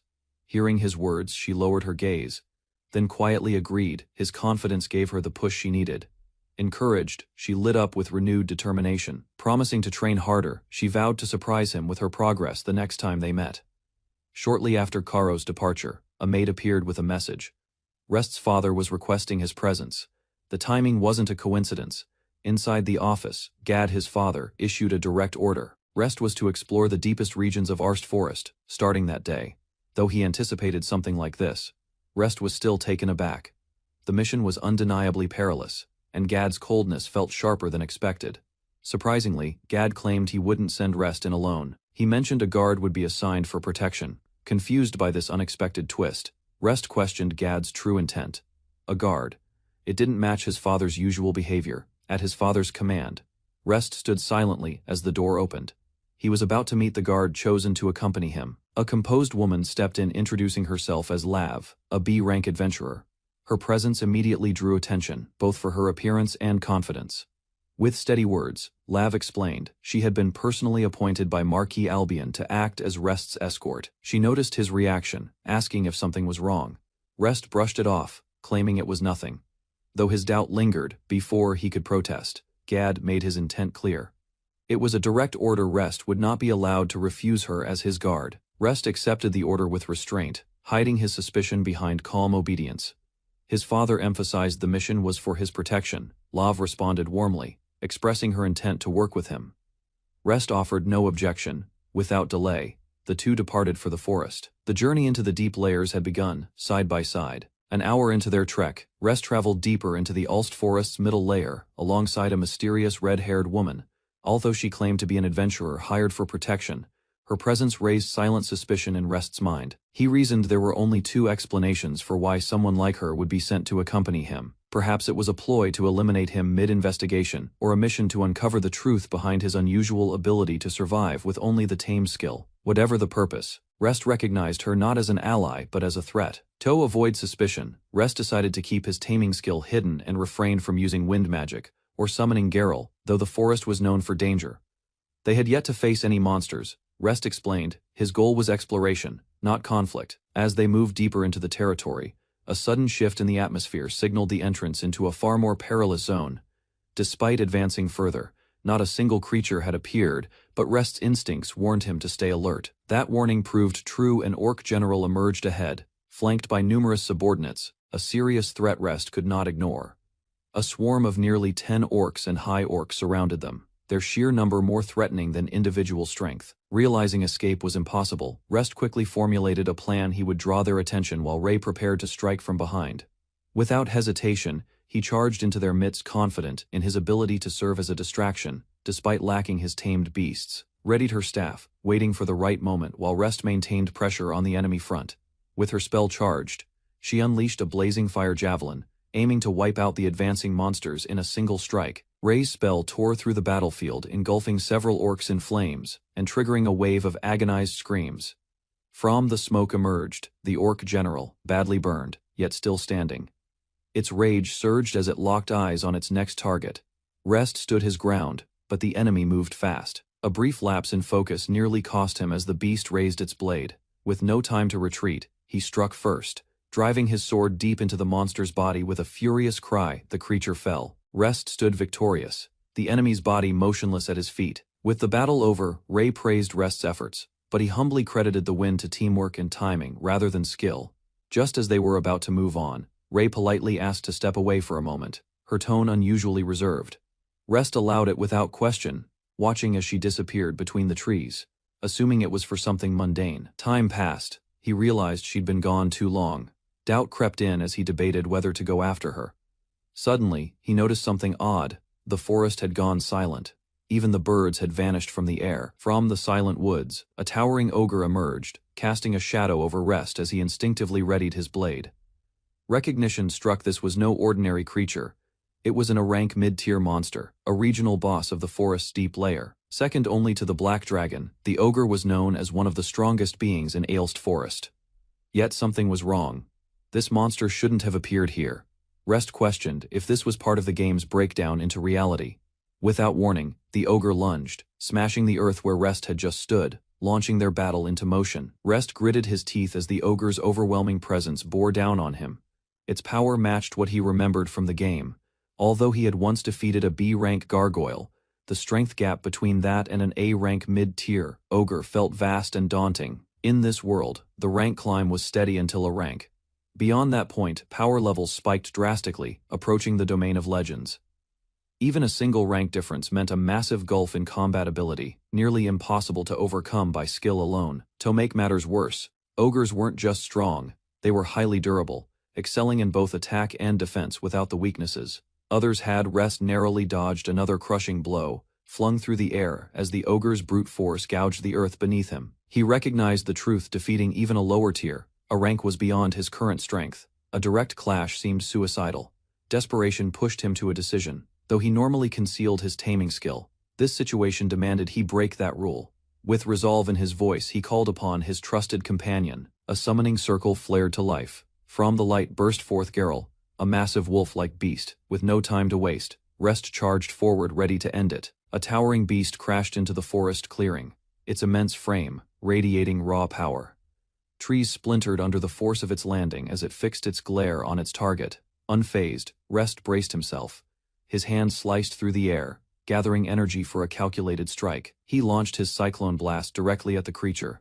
Though it struck hard, the enemy barely flinched. Rest narrowed his eyes, already adjusting his stance. With a confident smile, Rest soared upward, energy surging around him, preparing for the next assault. Below, the beast summoned vicious wolves. Their growls signaled the beginning of a relentless counterattack. Rest analyzed the towering ogre, noting its massive aura and the magical force strengthening its body. He understood ordinary attacks would barely leave a scratch. Rather than retreat, he advanced with precision. His blade arced through the air, cutting with focused power as the wolf lunged beside him. The attack landed cleanly. A surge of force ripped into the ogre's chest, disrupting its momentum. Reeling in pain, the monster stumbled back. Rest remained calm, confirming his strike had pierced through the enhancement. Enraged, the ogre launched itself into the air, preparing a devastating counterattack with both fists raised high. Rest quickly read the situation. Every ounce of the ogre's fury was now aimed squarely at him. Its singular focus meant Geralt was no longer perceived as a threat. With Geralt ignored, the ogre prepared to strike. Rest remained steady, fully aware he had become the sole target. His calm gaze showed he had already anticipated it. Despite the ogre's assumption, Geralt began gathering force, his stance shifting with quiet power beneath the grass. Rest met the creature's eyes. Geralt wasn't out of the fight. Not yet. Unleashing a fierce howl, Geralt charged, muscles tightened, ready to prove his worth. A sharp slash tore through the ogre's chest. Wind energy carved deeply into its hardened skin, leaving a gash that forced it backward. Staggering from the unexpected strike, the ogre roared in frustration. It hadn't anticipated such power from a source it had dismissed. Rest watched with a smirk, revealing Geralt had been taught to wield wind / a technique the ogre believed exclusive to him. Though less refined than Rest's version, Geralt's timing was enough to catch the enemy off guard, proving his growth. Now face to face, both man and beast stood united. Geralt could no longer be ignored. The ogre clenched its jaw, muscles tensing as a low growl rumbled from its chest. Its eyes locked onto its opponents below. With a furious roar, it leapt into the air, weapon raised. Rest and Geralt stood ready beneath the descending giant. Rest grinned with confidence as the plan unfolded. Geralt's actions had shifted the tide, drawing the enemy's focus. The ogre locked its attention solely on Rest, charging with relentless force, unaware of the looming danger behind. It dismissed Geralt as harmless, failing to register him as a threat worth considering in the heat of battle. But Geralt had grown stronger, capable of landing a fatal strike.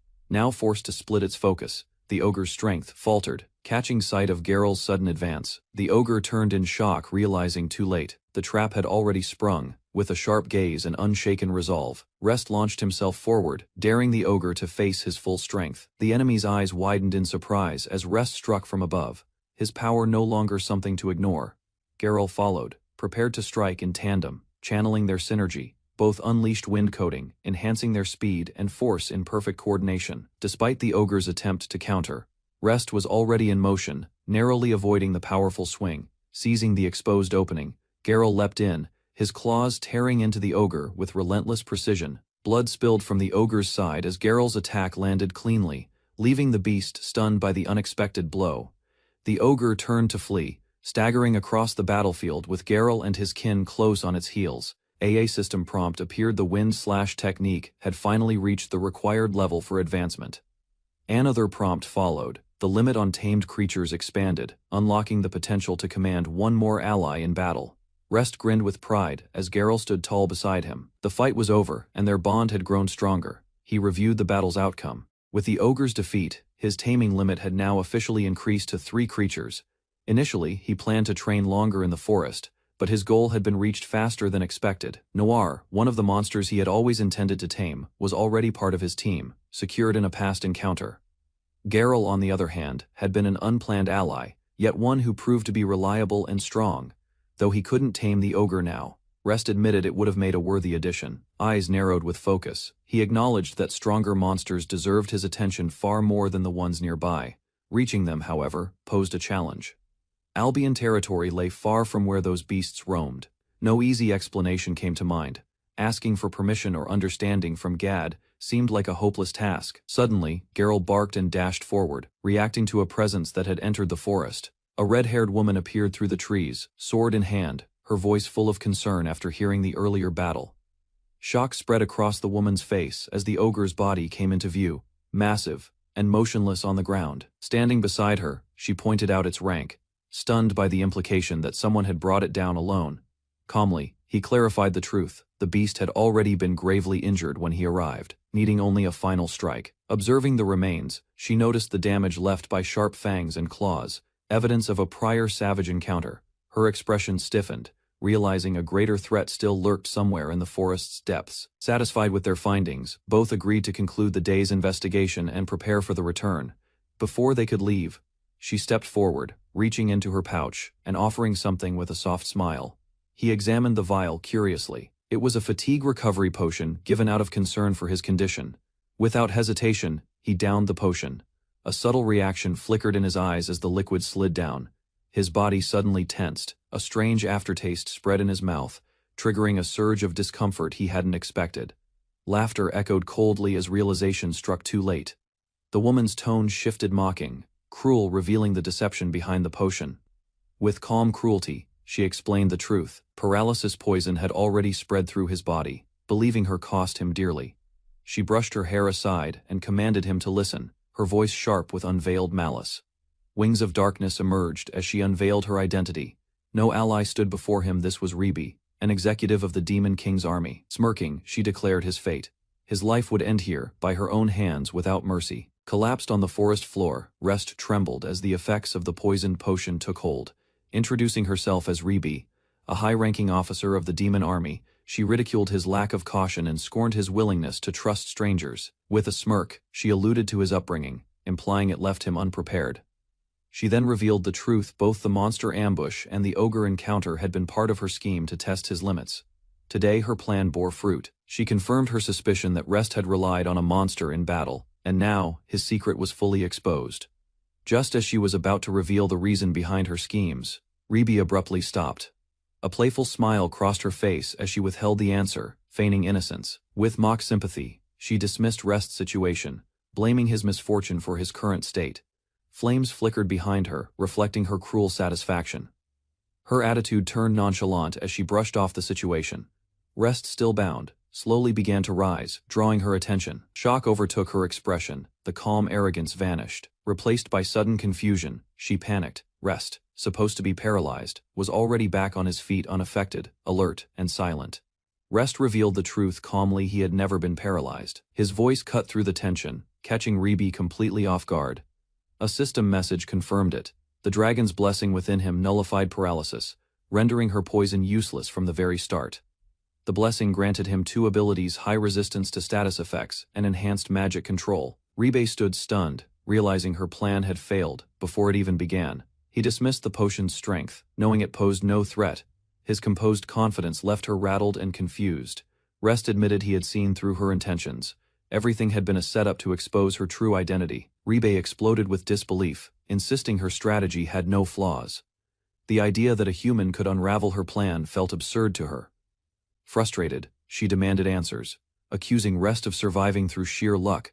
Her voice echoed through the trees, but Rest remained composed and silent. He began to explain. 1,000 years ago, a massive war erupted between humans and demons. As the Demon King fell, he shattered his soul into 10 fragments, casting them far into the future.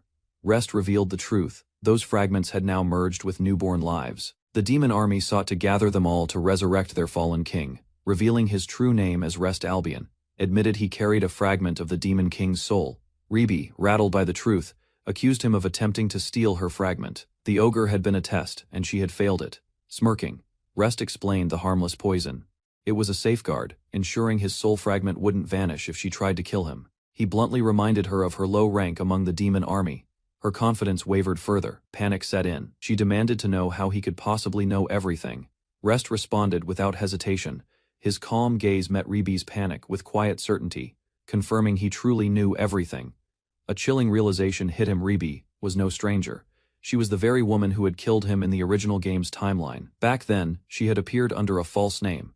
Rest remembered suppressing his instincts when she re-emerged, fully aware of the danger she posed. In the game's storyline, she had stolen his soul fragment, absorbed its power, and recklessly confronted the protagonists. Though Ribi gained temporary might, her body had failed to endure the overwhelming force of the soul fragment. In the original timeline, Ribi's body failed to endure the soul fragment's power. The unstable energy overwhelmed her completely. She was destroyed from within, reduced to nothing. Rest remembered that moment clearly. She had been blown apart. The Horned General trembled as the original story's outcome closed in. Aware that her faction was destined for ruin, fear surfaced, despite her pride. After Rest was defeated, the stolen Demon King fragment raged beyond control, erupting in violent force that erased both the enemy and lingering power. Years later, the character remained popular in the spin-off world, her image displayed publicly while fans praised her complexity and tragic conclusion. Rest, the black-haired youth, carried a composed expression, his presence earning him a familiar nickname that hinted at subtle cruelty beneath calm resolve. Facing her again in the forest, Rest listened as she questioned hidden knowledge, unaware that he already understood the fate she tried to avoid. Rest turned away in the forest as the Horned General trembled, her anger clashing with the despair she struggled to suppress. Acceptance replaced hesitation, and she released her restraint, choosing to unleash every ounce of power hidden within her unstable magic. Blades formed from condensed mana surrounded her body, hovering in precise formation while the ground beneath her feet cracked. Recognition flashed across Rest's eyes as he identified the rare teleportation magic. Understanding that this ability belonged only to her, fury hardened her expression as the swords launched simultaneously, streaking toward Rest from every direction with lethal speed. Rest realized the true battle had only begun as blades closed in, forcing him to react without hesitation. Confidence returned to the Horned General, her smile revealing the strength that once placed her among the highest-ranked enemies. Although her physical ability was not overwhelming, she compensated with precise control, directing the swords to corner Rest from every angle. Dodging narrowly, he twisted midair and deflected several strikes. Yet the relentless barrage left little room to recover. Impact followed immediately, shockwaves tearing through the forest as his body was thrown back, barely maintaining balance against her assault. The horned general revealed her true ability, shaping mana freely into a massive spear while maintaining absolute composure. Calmly, she explained that her power could both create weapons from magic and reduce physical matter back into energy. Rest understood the danger instantly, realizing that even a single touch could dismantle his body without resistance. Confidence returned to her expression as she acknowledged his skill in evasion, certain that the difference in power remained decisive. Kneeling amid the shattered ground, Rest evaluated the overwhelming magic surrounding him, aware that victory would not come through brute strength alone. A massive wolf materialized beside Rest, roaring as it shielded him from the descending blades. The forest shook under its sudden arrival. The horned general observed calmly, unimpressed by the additional beast, while her suspended weapons remained poised to strike. With controlled movements, she advanced, guiding the floating swords to tighten their formation and restrict any path of escape. Rest studied the distance between them, recognizing that defeating her required closing the gap despite the overwhelming magic surrounding her. Determination hardened his expression as he prepared to endure the assault briefly, trusting the summoned wolf to create the opening he needed. The horned general glared at Rest, anger rising as his precise tactics continued to disrupt her calculated assault. A faint smile formed on Rest's face, his confidence growing as he endured her pressure without surrendering control. Blades accelerated again, cutting through the air in relentless waves. Each strike aimed to exhaust his stamina completely. Sweat traced down Rest's cheek as he braced himself, recognizing that her unending barrage would test how long he could withstand her overwhelming magic. Blades and magic collide in midair as Rest stands beneath a massive wolf spirit. The beast lunges forward while he braces himself, measuring distance carefully. Sweat runs down Rest's face as he studies the wolf's movement. Close combat would mean certain defeat, so he waits for a narrow opening. The horned girl advances confidently, her long hair sweeping behind her. The wolf roars and surges ahead, attempting to overwhelm Rest completely. She raises her arm and releases a concentrated blast toward him. The attack tears through the ground, forcing Rest to shift position instantly. Before the dust settles, Rest breaks through the chaos and closes the gap. His blade drives forward with precise timing, catching her off guard. The horned girl watches Rest approach, despite knowing her abilities. Calm confidence remains in her expression, while he advances without hesitation. Steel collides as Rest lunges forward, aiming to restrain her movements. She shifts back, deflecting his strike while maintaining distance inside the forest clearing. Determination sharpens Rest's focus as he abandons raw power and prioritizes speed.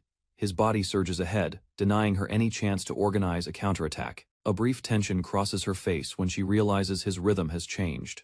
Meanwhile, Rest maintains steady breathing, hiding strain behind controlled movement. Blades clash repeatedly as both press forward without retreat. Although her summoned weapons remain formidable, Rest steadily narrows the gap and disrupts her control. The horned girl calculates the range and shifts into close combat. Rest presses forward, forcing her to raise a shield as the wolf spirit looms behind. At his signal, enchanted blades rain down from above. The forest trembles as steel pierces the ground, driving her backward under relentless pressure. Distance opens briefly between them. She steadies herself among embedded swords while Rest advances again, refusing to grant her time to recover. Magic circles flare as she summons another volley overhead. Suspended weapons align in formation, their tips aimed directly at Rest's position. She sweeps her arm and releases the barrage. Rest braces and deflects the incoming blades, knowing that a single misstep would end the fight. The horned girl shifts tactics, relying on silent control to seize surrounding weapons. Rest observes her stance, recognizing the change in her strategy. He raises his blade and pushes forward despite the pressure. Guarding carefully, he continues attacking without allowing her space to dominate. Swords whirl around her as the wolf spirit watches from above. Rest advances through the storm of steel, closing distance with precise steps. Strain appears across her face as the mental burden grows. Even with vast magic, controlling countless weapons begins to exhaust her focus. Rest tightens his resolve and releases a sudden surge of wind. The swirling force disrupts her formation, creating a brief opening between them. The horned girl mocks the sudden use of magic, confident that control over weapons remains her domain. Rest stands firm, ignoring her provocation. Wind erupts from his hands in a concentrated blast. The force tears across the clearing, scattering leaves and disrupting her stance. Thick dust and swirling air obscure the battlefield. She raises her shield, realizing the attack was meant to block her sight, rather than strike directly. Through the cover, Rest moves at once, blade ready. The wolf spirit reacts, but his timing forces hesitation between master and summon. When the air settles, she descends calmly before him, untouched. Rest faces her again, aware that the clash has entered a decisive stage. A dark crest forms on the horned girl's forehead as her presence intensifies. Rest stiffens, sensing a surge beyond her earlier limits. Power expands outward, bending air and shaking the forest floor. The title of Magic Queen settles over her as trees tremble and debris scatters. Floating above the ground, she steadies within a controlled aura. A faint smile crosses Rest's face, despite the danger. Rest sensed the overwhelming magic and recognized it as the ultimate technique once used by the Queen of Magic, forcing him into immediate caution. Across the shattered ground, the horned woman advanced calmly while releasing immense power, and Rest steadied his stance as energy burst from his body. Her ability absorbed and erased anything it touched, returning all magic to nothingness, proving this was her deepest and most dangerous secret art. Realizing control would be lost if he hesitated, Rest unleashed a superior wind spell toward her, determined to seize dominance in the battle. The attack struck her face unexpectedly, disrupting her composure as the fierce clash continued without pause. Rest realized his attack had failed, and tension spread across his face as even his companion beast sensed the growing danger before them. The Queen of Magic remained untouched, calmly analyzing his condition, while understanding that in this form she stood beyond ordinary defeat. Within the forest clearing, Rest warned his ally to stay back, knowing a single touch from her power would end everything instantly. A violent surge erupted outward, recalling how such overwhelming force once led to uncontrollable destruction when magic exceeded its limits.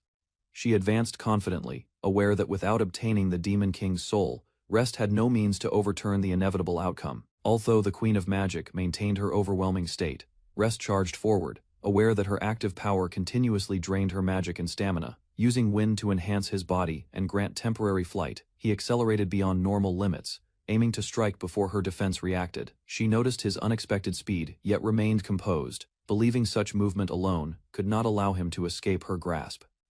Suddenly, multiple sweeping forces curved through the forest toward him, cutting off retreat paths and forcing him into direct confrontation. Realizing the scythe, like attack, erased whatever it touched, Rest tightened his grip on his sword as the decisive moment approached. Rest recognized that while the scythe technique was lethal, the Queen's true magic reserves were not endless, giving him a narrow chance to counterattack decisively. Enhancing his body with wind reinforcement, he dashed forward and cleaved through the approaching arc, pushing his output beyond its expected limit.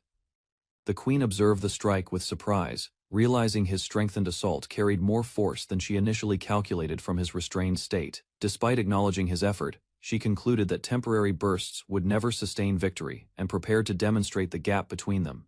An immense surge erupted behind her, flooding the forest with pressure as Rest stared in shock at the overwhelming power descending upon him. Massive pillars of force crashed into the forest, tearing through the ground as Rest fled with his wolf companion close behind.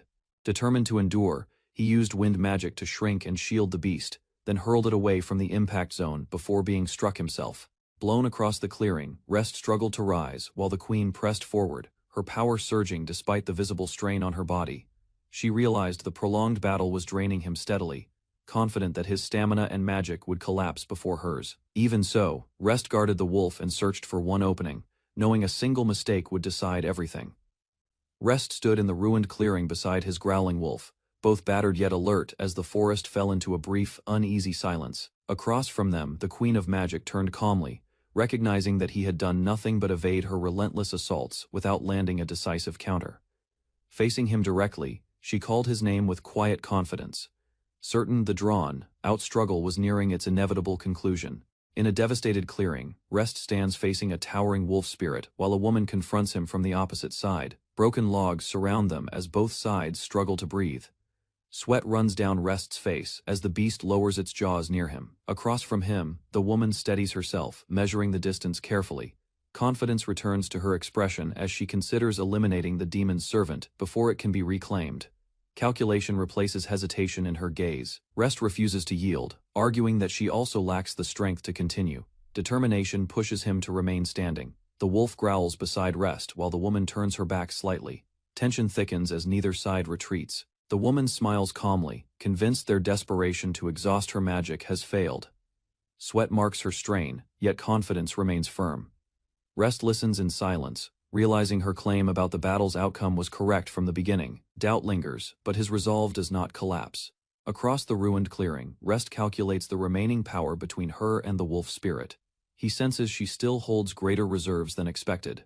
Turning slightly, she admits another strike would wound him, though not enough strength remains to overwhelm them completely. A quiet conclusion settles over the field as understanding dawns. The struggle reaches its turning point. Rest asks to speak once more, standing firmly despite his injuries. The woman watches him with mild curiosity, waiting for his reasoning. He reminds her that he anticipated her scheme from the beginning and chose to follow along deliberately. Confidence steadies his breathing. Surprise flickers across her face as she questions his motive. Suspicion replaces her earlier amusement. Calmly, he explains that revealing his awareness benefited him more than resisting blindly. Her expression tightens at his answer. A final thought crosses Rest's mind as he prepares to act.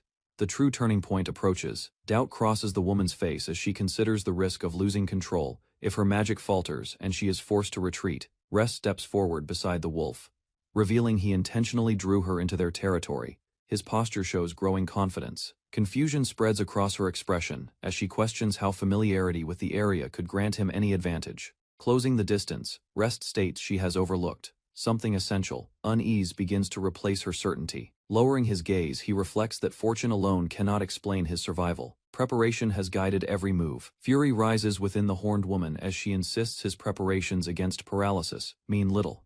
Confidence drives her voice, certain she still controls the field. A faint smile forms on Rest's lips as he reveals the true measure behind his strategy. Realization begins to unsettle her composure. Behind him, the massive wolf stands unwavering, its presence reinforcing his claim. Knowledge of the demon army's hierarchy supports his calm certainty. Shock spreads across her face as he declares the existence of a supreme force governing this land. Doubt fractures her earlier arrogance. Disbelief overwhelms her as she looks around the shattered clearing. Understanding dawns too late that an unseen guardian has already chosen its side. A violent surge tears across the clearing, forcing the horned woman to brace herself among scattered logs. Wind pressure presses down as an enormous shadow spreads overhead. Rest and the wolf remain steady behind the advancing force. From the sky descends a massive black dragon, its eyes glowing as it breaks through the air. Power radiates from its body, overwhelming the battlefield instantly. Recognition strikes the woman as she identifies the creature. Shock disrupts her stance, while the dragon's wings cast darkness across the ground. Rest watches calmly as the dragon positions itself between them. Control of the territory becomes undeniable. The dragon lunges toward the woman with lethal intent. Fear overtakes her as she realizes she now stands before the true ruler of this land. A horned girl stared upward in shock as a massive black dragon descended from the sky. Its body had grown far larger than before, casting a shadow over the rocky field. Sweat ran down Rest's face, yet he remained calm. The dragon he once tamed at 10 meters had now reached nearly 20. Its growth confirmed his rising level and the success of his skill. The girl realized Rest had appeared before her as an adventurer named Fabu. Suspicion filled her eyes while the dragon loomed behind him. Understanding her hidden motive, Rest decided to act first and disrupt her plan. He prepared for the worst possible scenario and steeled himself for what would follow. Reeve ran through the forest after discovering Rest's tame ability. If she escaped, the demon army would gain vital information. A dark presence spread before him, forming a massive shadow with glowing eyes. Rest understood his current strength could not defeat the other demon generals. Even so, he knew Reeve had to be eliminated there. Reeve attacked only after Rest's summoned monster was destroyed. She avoided direct confrontation and targeted him once he seemed vulnerable. Caution defined her actions. Victory had to be certain before she committed fully to battle. In official records, Reeve was described as intelligent, proud, and extremely careful, a dangerous opponent who never acted without calculation. A muscular ogre appeared in the forest, answering the bait Rest had prepared. He had anticipated that Reeve would send a powerful subordinate to test him. Recognizing it as her move, he accepted the challenge. Retreat was not an option. Rest stood with his dragon and wolf, facing the ogre together. The battle began with only 3 against 1, yet the enemy showed no fear. Claws and blades collided as Rest and his beasts attacked in coordination. After a fierce exchange, the ogre was struck down, ending the clash quickly. From behind the trees, Reeve watched the outcome. She misjudged his full strength, and noted the unusual nature of his tame ability. Maintaining composure, she prepared poison as insurance, smiling while adjusting her plan for the next encounter. Reeve revealed her true power as the Demon Queen, releasing her magic without hesitation. Energy surged around her, showing she no longer intended to hide her status. She stood within Rest's grasp, yet every action she took followed his expectations. Knowledge of the game and her personality allowed him to corner her carefully. Rest had anticipated this moment since the ogre's appearance. He had already set another crucial measure in motion. Through Tame, the dragon received his silent request and gathered strength. It understood the role it needed to play in the final exchange. From above, the dragon prepared to erase Reeve's presence, ending the confrontation before she could regain control. Reeve shouted that she would end everything there. Surrounded by fallen logs, she prepared to defeat him before his power spread further. Above the clearing, the black dragon descended. Rest stood beside his wolf, revealing that the dragon was his servant and not an uncontrolled beast. Shock crossed Reeve's face as the dragon hovered overhead. The truth of his control shattered her assumption. Rest drew his blade and declared his opposition to the Demon Queen's authority. Determination replaced hesitation as he faced her directly. At his signal, the dragon unleashed a concentrated blast. The attack struck with overwhelming force, breaking through her defense and sealing the battle's outcome. The dragon opened its jaws and released a concentrated blast toward Reeve. The force tore through the clearing, caught in the attack. Reeve gathered her magic and formed a barrier. Power surged around her as she struggled to withstand the overwhelming strike descending from above. Pressure mounted as the blast pushed her back step by step. Cracks spread through her defense while exhaustion slowed her movements. At last, the barrier shattered under the impact. A violent explosion consumed the area, burying her figure beneath smoke and destruction. A massive explosion consumed the clearing, smoke and debris spreading outward. Rest stood firm at the edge of the blast. As the smoke thinned, Reeve was revealed kneeling on the shattered ground. Her body trembled, struggling to rise while dust circled around her. Pain weighed heavily on her as she realized the overwhelming difference in power. The force she once commanded now felt unstable within her grasp. Rest advanced calmly, explaining that even the forbidden spell could not defeat him. Confidence showed in his posture as she faltered before him. Refusing to surrender, Reeve charged again despite her injuries. Anticipating this, Rest called upon his dragon and wolf to finish the battle. The dragon and wolf lunged together, unleashing a combined assault toward Reeve. Their attacks converged in a single line, forcing her to brace herself in the shattered clearing. She raised both arms and poured out her remaining magic to block the strike. The impact pushed her backward, carving deep marks across the ground as her defense strained. Rest stepped forward, watching as her barrier flickered under the pressure. Shock spread across her face when the attack pierced through her guard. Confidence faded as she realized her power no longer dominated the battlefield. A faint smile formed on Rest's lips, certain that the outcome had already been decided. Rest raised his sword as violent winds spiraled around the blade. Compressed magic gathered into a dense vortex, forming a sharp current that no longer required defense.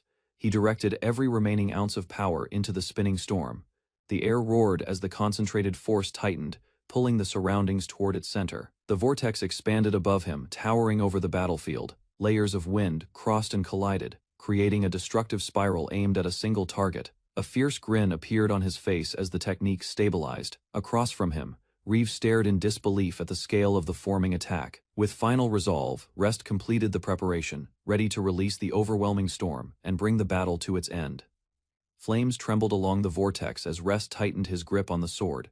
The rotation intensified, and the fire merged with compressed wind, accelerating beyond its previous limit. In a brief flash of memory, he recalled the training that forged his technique. Since arriving in this world, relentless practice and Tame had shaped him into both summoner and swordsman. Back in the clearing, he steadied his breathing and refined the spinning storm. Years of effort now focused into a single decisive strike. Determination sharpened his gaze as he entrusted everything to the blade. With precise control, the violent wind compressed into a cutting edge, descending toward Reeve with unstoppable force. Reeve's eyes widened as the compressed storm descended. She understood that the overwhelming wind carried crushing force beyond ordinary magic. Rest drove his blade downward, releasing the technique. The vortex collapsed into a concentrated strike that split the ground and tore through the clearing. The violent current slammed into Reeve, lifting her before smashing her into the earth. Debris scattered as the impact carved a deep crater beneath her. Silence followed, while dust drifted across the broken field. Rest observed her fallen figure and noted her resilience. Though battered, Reeve struggled to rise and warned that greater threats would soon arrive, refusing to accept defeat. Reeve lay on the fractured ground, glaring at Rest despite her injuries. He observed calmly, noting that she had acted alone and shared her plans with no one. She struggled to lift herself, anger mixing with pain. Though born as a demon, she stood before him in human form, able to speak and understand him clearly. Rest recalled his former life and the values he once held. Now living as Rest Albion, he accepted that difficult choices defined this world. Reeve urged him to finish it, refusing to beg. Her resolve remained intact even as her strength faded, declaring her title proudly. She rejected surrender. Rest exhaled slowly, sword in hand, weighing the final decision. Reeve lay on the cracked ground, internally begging for her life, despite her earlier pride. Fear replaced defiance as she clung to the hope of survival. A system message appeared before Rest, informing him she was now eligible to be tamed. He stood over her in silence, sword glowing faintly. Confusion crossed his face as he processed the unexpected option. The battle's end had taken a sudden, unforeseen turn. Rest received a strange notification after defeating the demon girl named Rieva. The system suddenly allowed him to use the tame skill on her. Memories from the game returned to his mind. Monsters could normally be tamed, but demons were never included among possible targets. Shock spread across Rest's face as he realized the game had never shown any method for controlling a demon race. The situation felt completely abnormal. He remembered that taming required defeating the target first. Rieva had lost the battle, yet her will to continue living still remained strong. After considering her stubborn nature and survival instinct, Rest began believing the skill might actually succeed on Rieva. Rest concluded that her strong instinct to survive likely allowed the taming skill to activate on a demon for the first time. Memories from the original game made him realize many secrets about this world had never been explained. The possibility of taming Rieva slowly became more believable. During the earlier fight, Rieva had displayed powerful dark magic with flexible combat applications, despite several noticeable weaknesses. Unlike Garu, whose abilities focused heavily on fighting magic users, Rieva could provide a wider range of support in battle. Careful consideration led Rest to believe Rieva would improve his overall strength, although her difficult personality remained a serious concern. Rather than leaving behind a dangerous demon, Rest decided to offer Rieva another option after defeating her in battle. A serious expression crossed his face as he declared that her next answer would determine whether she survived or died. Suspicion immediately filled Rieva's mind, even while injured. She questioned why her enemy would suddenly make such a proposal. Confidence slowly returned to her expression, and she agreed to at least hear Rest's explanation before making any decision. Without wasting time, Rest chose to speak directly. His calm attitude caused Rieva to stare at him carefully while waiting for his true intention. Rest revealed that his taming skill could work on demons as well. He then offered Rieva a chance to survive by becoming one of his subordinates. Although interested in the proposal, Rieva still doubted whether Rest truly trusted a demon like her.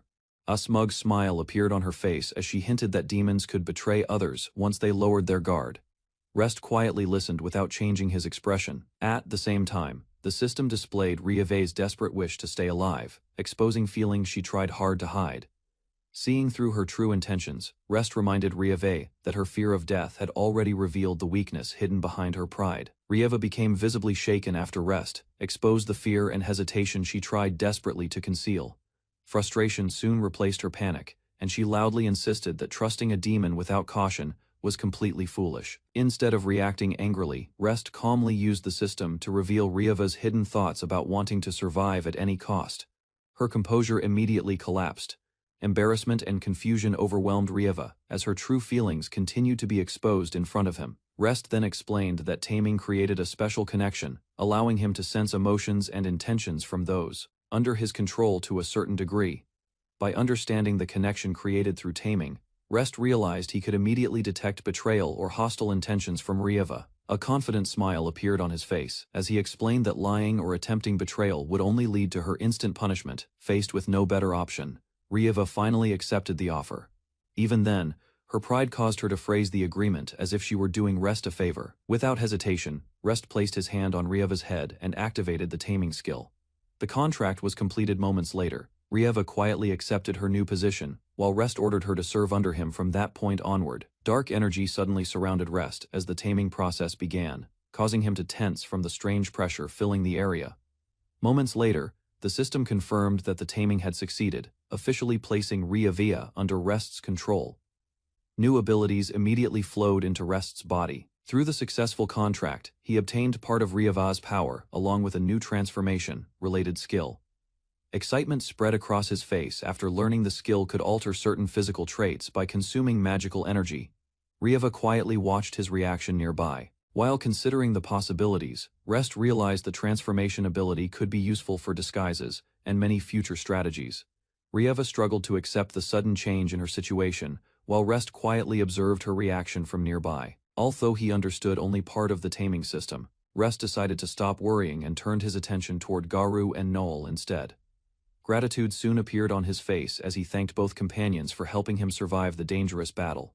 Excited cries immediately came from Garu and Noel after hearing Rest's praise and appreciation. Before the peaceful moment could continue, Noel suddenly reacted to something approaching from above, causing everyone in the clearing to become alert once again. With the battle finished, Rest prepared to leave the forest while dragging the unwilling Ryava back toward his residence.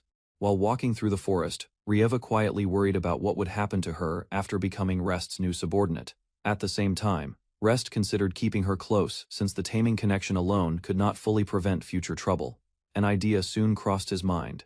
He thought about letting Ryava stay inside the same special space, used by Garu. Ryava immediately protested after imagining herself living beside the giant wolf. Garu's fierce reaction only increased her frustration and fear. After hearing the complaints, Rest began wondering whether convincing his father to allow Ryava inside the mansion would become another difficult problem. While walking through the forest, Rest asked Ryava to use her teleportation magic, believing its value extended far beyond direct combat. Various possibilities soon formed in his mind, including manipulating magical flow to influence opponents without them noticing. He also imagined using the ability to provoke enemies, create openings, and force dangerous monsters into vulnerable situations. Beyond battle tactics, teleportation magic could even hide magical presence during attacks inside crowded cities or dangerous territories. As these ideas continued growing, Rest realized the original game version of himself had never understood the true potential behind Ryava's abilities. After considering Ryava's abilities further, Rest concluded he would need proper countermeasures if enemies used similar tactics against him someday. Once they returned to the mansion, Rest reported the unusual events in the forest to Gad, who decided to spare Ryava temporarily for questioning. Following the discussion, Ryava quietly left the room while Rest asked whether her explanation had been convincing enough. Confidence filled Ryava's expression as she explained that her investigation found no hidden hostility toward Rest during the earlier mission. Satisfied with the result, Rest accepted her report while Ryava proudly claimed her teleportation magic could support far more than combat alone. For the time being, Ryava was allowed to remain inside the mansion under Gad's supervision, while tensions within the household slowly began changing.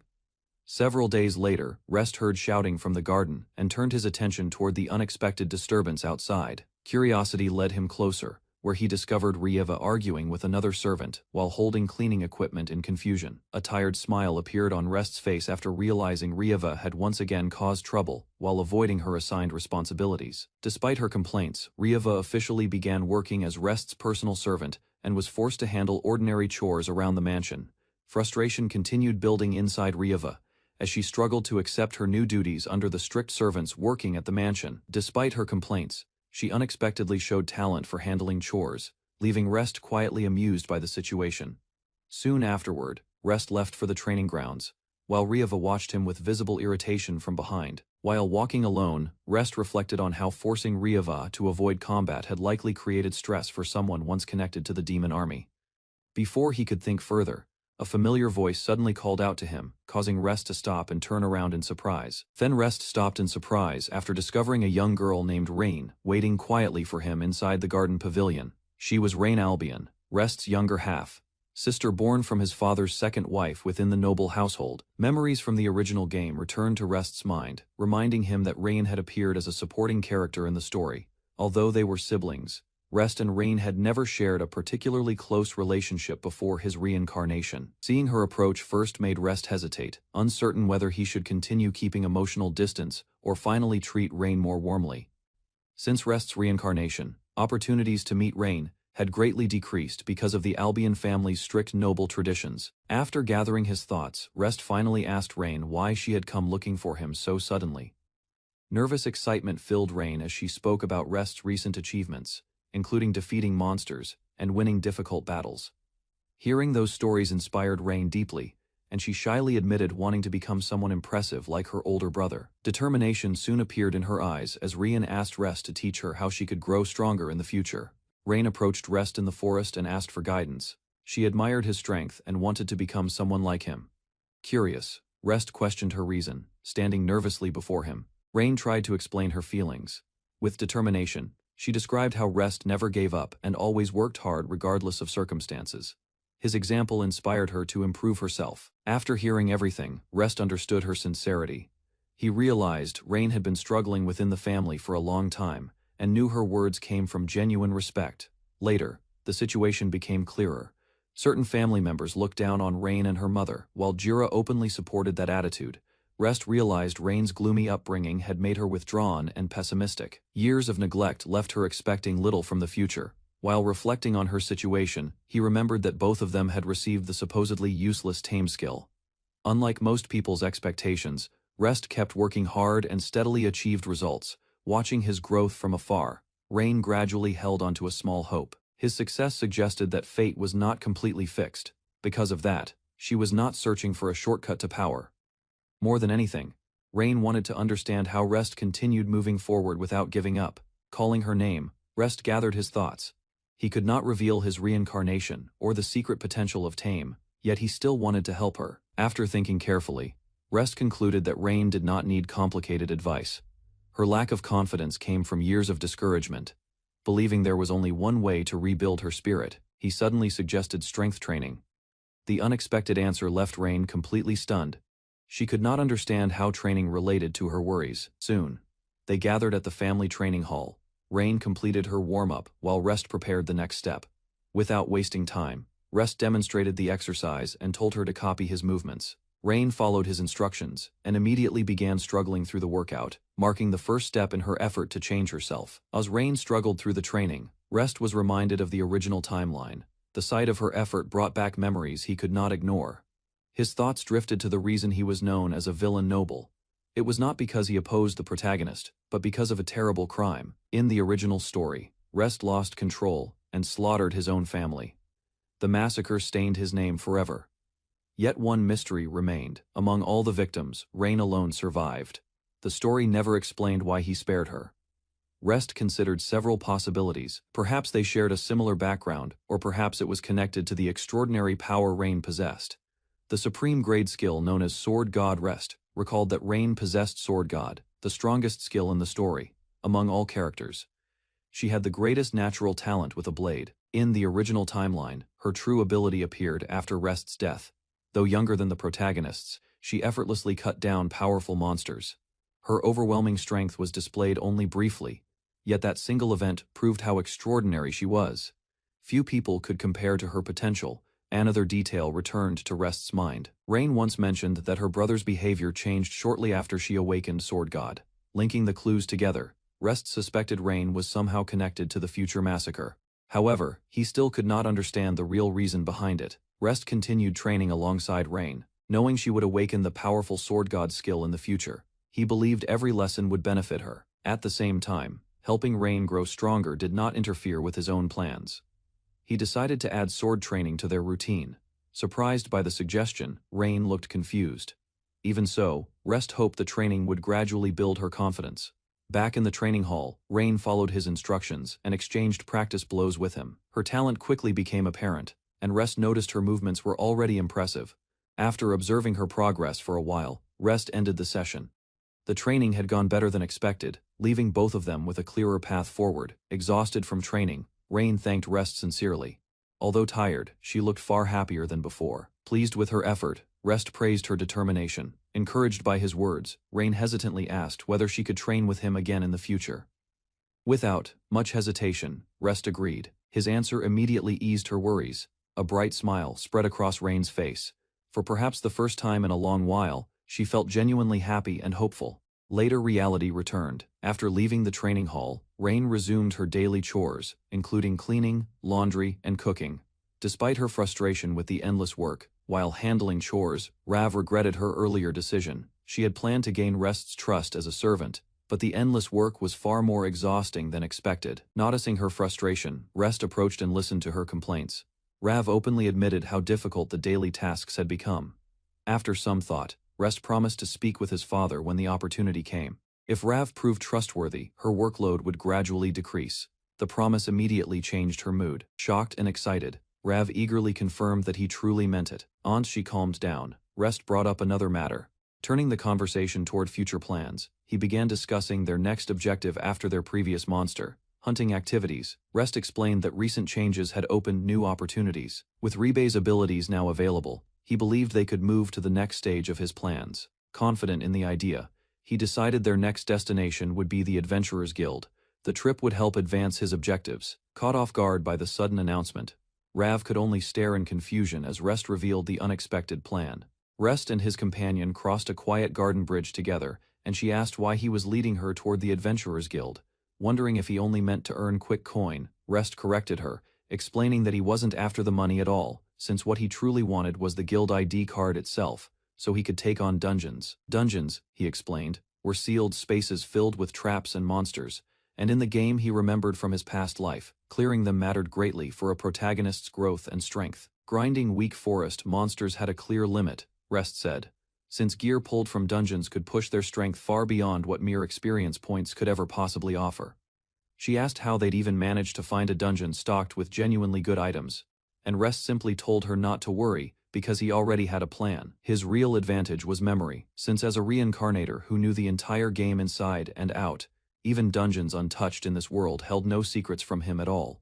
Still puzzled, she pressed him further, wanting to know exactly how any of that reasoning explained his sudden need for a guild ID card in the first place at all. That, Rest admitted, was the real problem, since moving openly as Rest Albion meant word would reach his father almost instantly, given how freely the Albion name traveled everywhere. The memory of his father's fury surfaced sharply, the old man roaring about him abandoning his assigned mission to investigate Ulst Forest, blaming his brother Gad for the interference. This had troubled Rest ever since he first reincarnated into this world, and the solution he devised was simple: register at the guild under an entirely different assumed name. She pointed out an obvious flaw, since the townspeople already recognized his face, meaning any disguise wouldn't hold, but Rest wasn't worried at all, having just gained a new skill. With a sharp, confident grin, his hair shifting pale and unfamiliar under the sudden change, Rest calmly named the new ability he had just gained, a skill he called mimicry. She stared at the transformation, clearly startled by how much the entire atmosphere around him had shifted, and Rest simply agreed, looking rather pleased with the dramatic effect. She noted that no one would ever guess this version of him was an Albion son, especially since he alone had black hair, while his relatives carried gray or blonde. Passing quietly through the town gate together, she suggested they should also pick up some new clothes, and proper weapons too, just to be extra safe along the way. Rest agreed easily, roughening his appearance with plain gloves and a worn tunic, and she approved instantly, saying he now looked convincingly poor, weak, and rookie, exactly like a beginner. Strapped firmly at his hip were twin wooden short swords, and Rest explained that he actually had two separate reasons for choosing such an unusual weapon deliberately this time around. The blades were wooden, low in material density, yet still able to hold extra magical power through proper wind coating, making them surprisingly effective, despite their humble plain appearance. The first reason mattered most, registering at the guild as a swordsman rather than a tamer, since a full belly, she added dryly, couldn't be replaced by looking sharp. At last they reached the bustling Adventurers Guild, its stone halls loud with rowdy adventurers, and behind the counter, a cheerful clerk greeted them warmly, asking how she could help. Ares stated plainly that he wished to register as an adventurer, while behind him his disguised companion watched quietly, and the clerk handed over a form, asking for name and occupation, though of course he wouldn't write anything close to his real one. The clerk read back their chosen names, confirming Swordsman Ares and Mage Rav, and both nodded, since Rav simply reused an old adventurer name, while Ares had only slightly tweaked his own true name for the disguise. She then asked if the pair intended to take the rank-up exam, since taking it would let them start from an appropriate rank instead of the lowest tier every new registrant was normally assigned by default. All new registrants technically began at F rank, but the exam offered a shortcut, since magic classes proved themselves by injecting power into a measuring device, while frontline classes fought a mock battle against a senior adventurer. Instead, Ares admitted quietly to himself that in the game, rank certification always happened at the Royal Academy, and he never once realized such a convenient reincarnator-friendly system existed here in this actual world. He reasoned that he and Ribe could probably reach a rank without much trouble at all, though doing so quickly and so openly would definitely draw far too much unwanted attention toward them.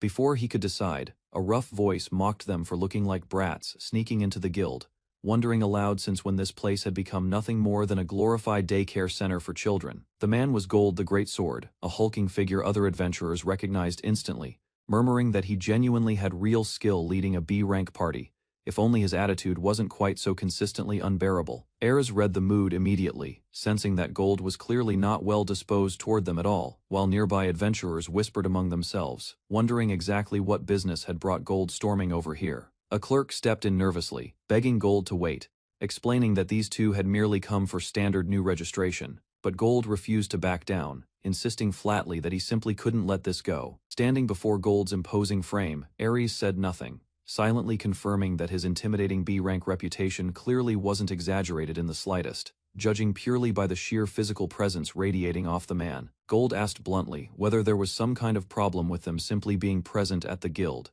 and Ares answered evenly, admitting that yes, apparently there really was some sort of problem here. Gold sneered, declaring that being an adventurer wasn't some sweet, easy profession that half-hearted brats could survive, adding that the weapon Ares carried looked like a cheap piece he'd probably picked up carelessly anywhere. From the look of him, Gold guessed Ares had only recently gained his skills, and wondered aloud whether the boy wanted this senior adventurer to personally teach him exactly how harsh this world truly was. Before anyone could react further, a swift strike lashed out, leaving nearby adventurers stunned, and moments later, shattered fragments scattered violently across the floor, the wreckage of something that had clearly just been destroyed. Ribe stood casually amid the debris, smiling, as she explained that she had merely put in a small amount of magical power, and it simply broke, offering only a light, unbothered apology for the damage. The clerk gasped, stunned that the magical power measuring device had shattered, since it was supposedly built to withstand output all the way up to lower S rank, without failing under normal circumstances. Ribe turned toward Gold with a confident smile,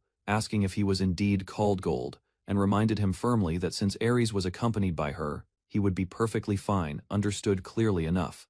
A nearby adventurer exclaimed that he'd never once seen a magical power measuring device actually break before, while another voice beside him echoed the shock, asking incredulously whether the sturdy device had truly broken. Ribe suggested calmly that Gold should apologize while he still had the chance, and Gold's expression twisted awkwardly, caught somewhere between stunned silence and reluctant, grumbling acknowledgement of what had just happened. Gold suddenly erupted into loud, delighted laughter instead, declaring proudly that she had broken the magical power measuring device, and the surrounding adventurers cheered along, calling the feat genuinely amazing to witness. Ares blinked in confusion at the sudden shift, and moments later Gold whirled around, scolding himself loudly for stopping mid-conversation with a rookie adventurer while Ribe called out, exasperated, asking how many times she'd need to repeat herself. Gold insisted through gritted teeth that he'd only wanted to support a newbie who seemed inexperienced, but Ribe cut him off sharply, listing his tone, his build, and his face as proof his overall methods were simply the worst. Nearby adventurers howled with laughter, egging the receptionist on to tell him more, while another insisted Ribe was completely right, and Gold, sweating, admitted everything about him came across as scary and constantly misunderstood by people. Ares wondered aloud whether Gold had genuinely meant to help them all along, and the receptionist asked nervously what exactly that would mean, since Gold's earlier hostile words hardly matched such a supportive intention. Ares murmured that her defending him like that had been genuinely unexpected, especially since she'd done it while still maintaining her transition magic disguise.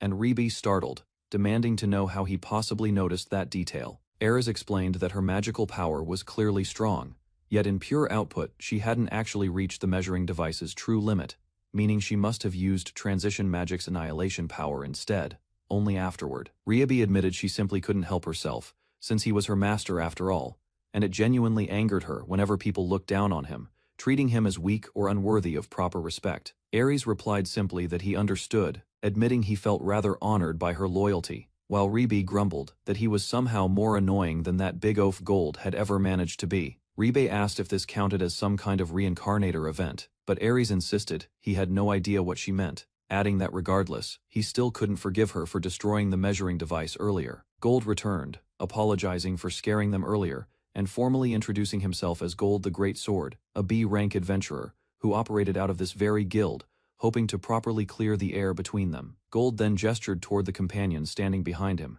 introducing them proudly as members of his B-rank party, known collectively as Steel Fangs, each nodding briefly as their leader spoke on their behalf. Ares introduced himself simply as a swordsman named Ares, gesturing toward Ribe as Rav the Mage, while Gold urged them not to hesitate asking Steel Fangs for help if anything ever came up. One of Gold's teammates suddenly urged him to hurry, warning that they'd miss the carriage and be stuck waiting over an hour for the next one, and Gold rushed off, calling out a cheerful farewell. Ares admitted with a tired laugh that they hadn't even finished registering yet, but already felt as exhausted as if they'd just finished clearing an entire dungeon from start to finish that same day. The receptionist agreed with a small laugh, adding gently that Gold really wasn't a bad person deep down, and asked that Ares not take the earlier confrontation too harshly once he'd had time to think. Considering the future, Ares privately wanted to avoid standing out more than necessary, so after insisting the earlier incident had merely been coincidence, they proceeded to register together officially at the guild's lowest F rank. Anna the receptionist seemed a little suspicious of their story, but ultimately replied simply that if that was truly what they wished, she couldn't force them to choose otherwise, and let the matter rest. After waiting nearly 30 minutes inside the guild, Ares scanned the crowded request board, eventually pulling free a flyer that read New Dungeon Investigation, murmuring quietly to himself that he'd finally found it. The clerk thanked them for waiting and handed over 2 adventurer cards, marking Ares as Warrior Rank F and Ribe, registered under the name Love, as Wizard Rank F respectively. With registration finally finished, Ares wondered aloud what came next, and Ribe noted that he'd spent considerable time browsing quests, asking whether he'd actually managed to settle on anything worthwhile there. Ares confirmed that yes, thanks to all that searching he'd decided exactly which dungeon to tackle first, and Ribe studied the flyer, remarking that the location seemed reasonably close by after all. Ares explained their plan simply, first taking a carriage toward the nearby post town before walking the remaining distance to the dungeon entrance itself, and Ribe agreed readily to the arrangement. The carriage rattled along mountain roads, while Ribe dozed against the wooden frame, and eventually the pair disembarked, continuing on foot along a narrow rocky trail, leading steadily upward toward the dungeon. A weathered stone stairway rose before them, framed by ancient carved archways, marking the entrance to what the surrounding signage plainly identified as an A-rank dungeon of considerable danger. Beyond the cracked entryway stood twin stone arches leading into darkness, and above the threshold, faded lettering identified the place by its infamous name, the Temple of Deception waiting silently within. This particular dungeon had earned the grim nickname 10 Death Garbage Gimmick, since in the original game it proved impossible to clear on a first attempt, reportedly requiring over 10 separate challenges before complete conquest. Countless troublesome traps had cemented its notorious reputation among players, yet the items hidden inside were genuinely excellent, more than justifying the repeated attempts needed to finally clear it properly. Since its discovery roughly half a year earlier in this world, Challenger records showed an exploration rate of only about 30%, a pace that looked reasonable but concealed deeper difficulty beneath it. Ares studied the entrance silently for a long moment, and Ribe finally asked whether they should simply go ahead and begin, to which Ares agreed with a quiet, confident yes in response. Lest and Ribe stepped deeper into the ancient dungeon, passing beneath stone archways lit by torches, and noticed several footprints scattered across the dusty floor, fresh enough to prove someone else had already dared to challenge this maze before them. Lest decided to keep his fake name and altered hair color just to be safe, reasoning that a wooden sword should be sufficient for now, while Ribe warned him that multiple routes lay ahead, meaning they likely would not encounter those earlier travelers. He reminded himself silently that thanks to his knowledge from his previous life, he had already mastered every gimmick this dungeon could throw at them, even though such caution meant their overall fighting strength would decrease somewhat along the way. He calculated that he and Ribe should be able to reach the deepest part of this place without much trouble, since nearly every monster lurking along their path was ranked no higher than C rank, aside from a single troubling exception waiting somewhere ahead. Ribe suddenly straightened with confidence, declaring loudly that she would conquer this measly dungeon that had appeared in such a remote location in no time at all, urging Les to hurry up and keep moving forward before she left him behind. She marched ahead without waiting,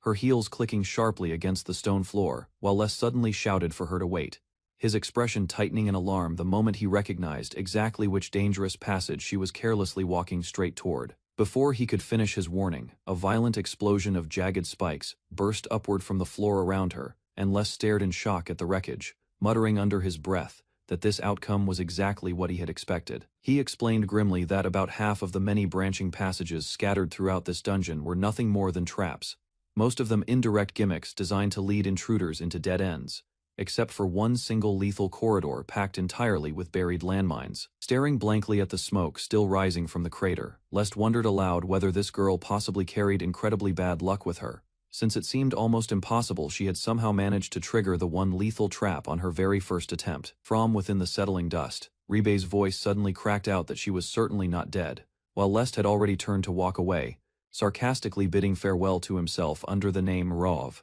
and admitting he would not forget their few days together. Lest scolded her for being careless, admitting he had genuinely believed she had been blown to smithereens in the blast, and calmly reminding her that he had warned her beforehand this entire dungeon was riddled with hidden traps from the start. Ribe shot back that she was never even supposed to be part of the original story to begin with, and the sharp retort caught Lest completely off guard, freezing his expression as they continued walking side by side deeper into the corridor. Finally, a group of monsters appeared before them, small rabbit-like creatures identified as trap rabbits of the lower B rank tier, and Ribe looked visibly disappointed, remarking that she had wondered what kind of monsters would show up, only to find something this weak. Lest acknowledged that individually, both he and Ribe possessed a rank capabilities strong enough to defeat these creatures without any real problem, though that confidence only held true as long as they were not currently trapped inside the dangerous confines of this dungeon. Sensing something was terribly wrong, Lest shouted at Ribe to fall back immediately, just as jagged spikes erupted violently from the ground beneath her feet, and both of them realized in horror that this was the very same landmine gimmick from before. Ribe murmured that she now understood how it all worked, listening carefully as Lest explained that certain monsters roaming this dungeon had somehow learned to trigger the surrounding traps entirely of their own volition, turning simple obstacles into coordinated weapons against intruders. The rabbits pressed closer, growling in unison, and Lest considered simply suppressing them with a direct burst of raw firepower, but reminded himself that conserving both his stamina and magical power mattered far more when it came to successfully conquering an entire dungeon. Lest instructed Ribe to move to the front for now and draw the enemy's attention, and though she protested that she was built as a backline class, she reluctantly agreed and stepped forward as Lest prepared to unleash his attack against the swarm. Sharp spears of ice or stone shot upward through the charging rabbits with devastating force, and Ribe cried out in alarm as the shockwave from the attack swept dangerously close to where she stood, the entire corridor shaking violently from the sheer impact. As the dust cleared, Lest noticed a lone rabbit had somehow survived and pointed it out to Ribe, who warned that it was dangerous, then drew her blade and channeled transition magic through it before cutting the creature down with one final strike. Ribe held up their meager reward with clear disappointment, remarking that just one low-grade potion was hardly much of a haul for surviving such a chaotic ordeal, while Lest simply agreed under his breath, watching the small glass bottle roll uselessly across the ground. Standing before three massive stone archways, Lest reflected that this dungeon perfectly represented what the game Symphonia of Swords and Magic had described, since every dungeon existed as an isolated space governed entirely by its own unique set of internal laws. He continued explaining that monsters born within dungeons were generated directly from the dungeon's own magical power, meaning they technically were not true living creatures at all, which was exactly why defeated enemies simply dissolved away into drifting magical miasma like this. Ribe assumed this strange phenomenon was probably just something natural to her world, while Lest admitted silently that although he already possessed prior knowledge from the game, actually witnessing drop items materialize out of nowhere still left him genuinely shocked every single time. He recalled that within the game itself, these two types of locations had always been clearly distinguished from one another, since ordinary exploration areas like Alst Forest were officially categorized as open fields, standing in direct contrast to enclosed, rule-bound dungeons like this one. Ribe reluctantly agreed to keep going, while Lest suggested they continue the conquest quickly, since he wanted to treat this entire outing as nothing more than a simple day trip, casually adding that she should also hand over the rewards once collected. Growing increasingly exasperated at Ribe, who somehow kept triggering trap after trap without explanation, Lest weathered another sudden explosion around them before finally announcing with quiet relief that they had reached the midpoint of the dungeon for now.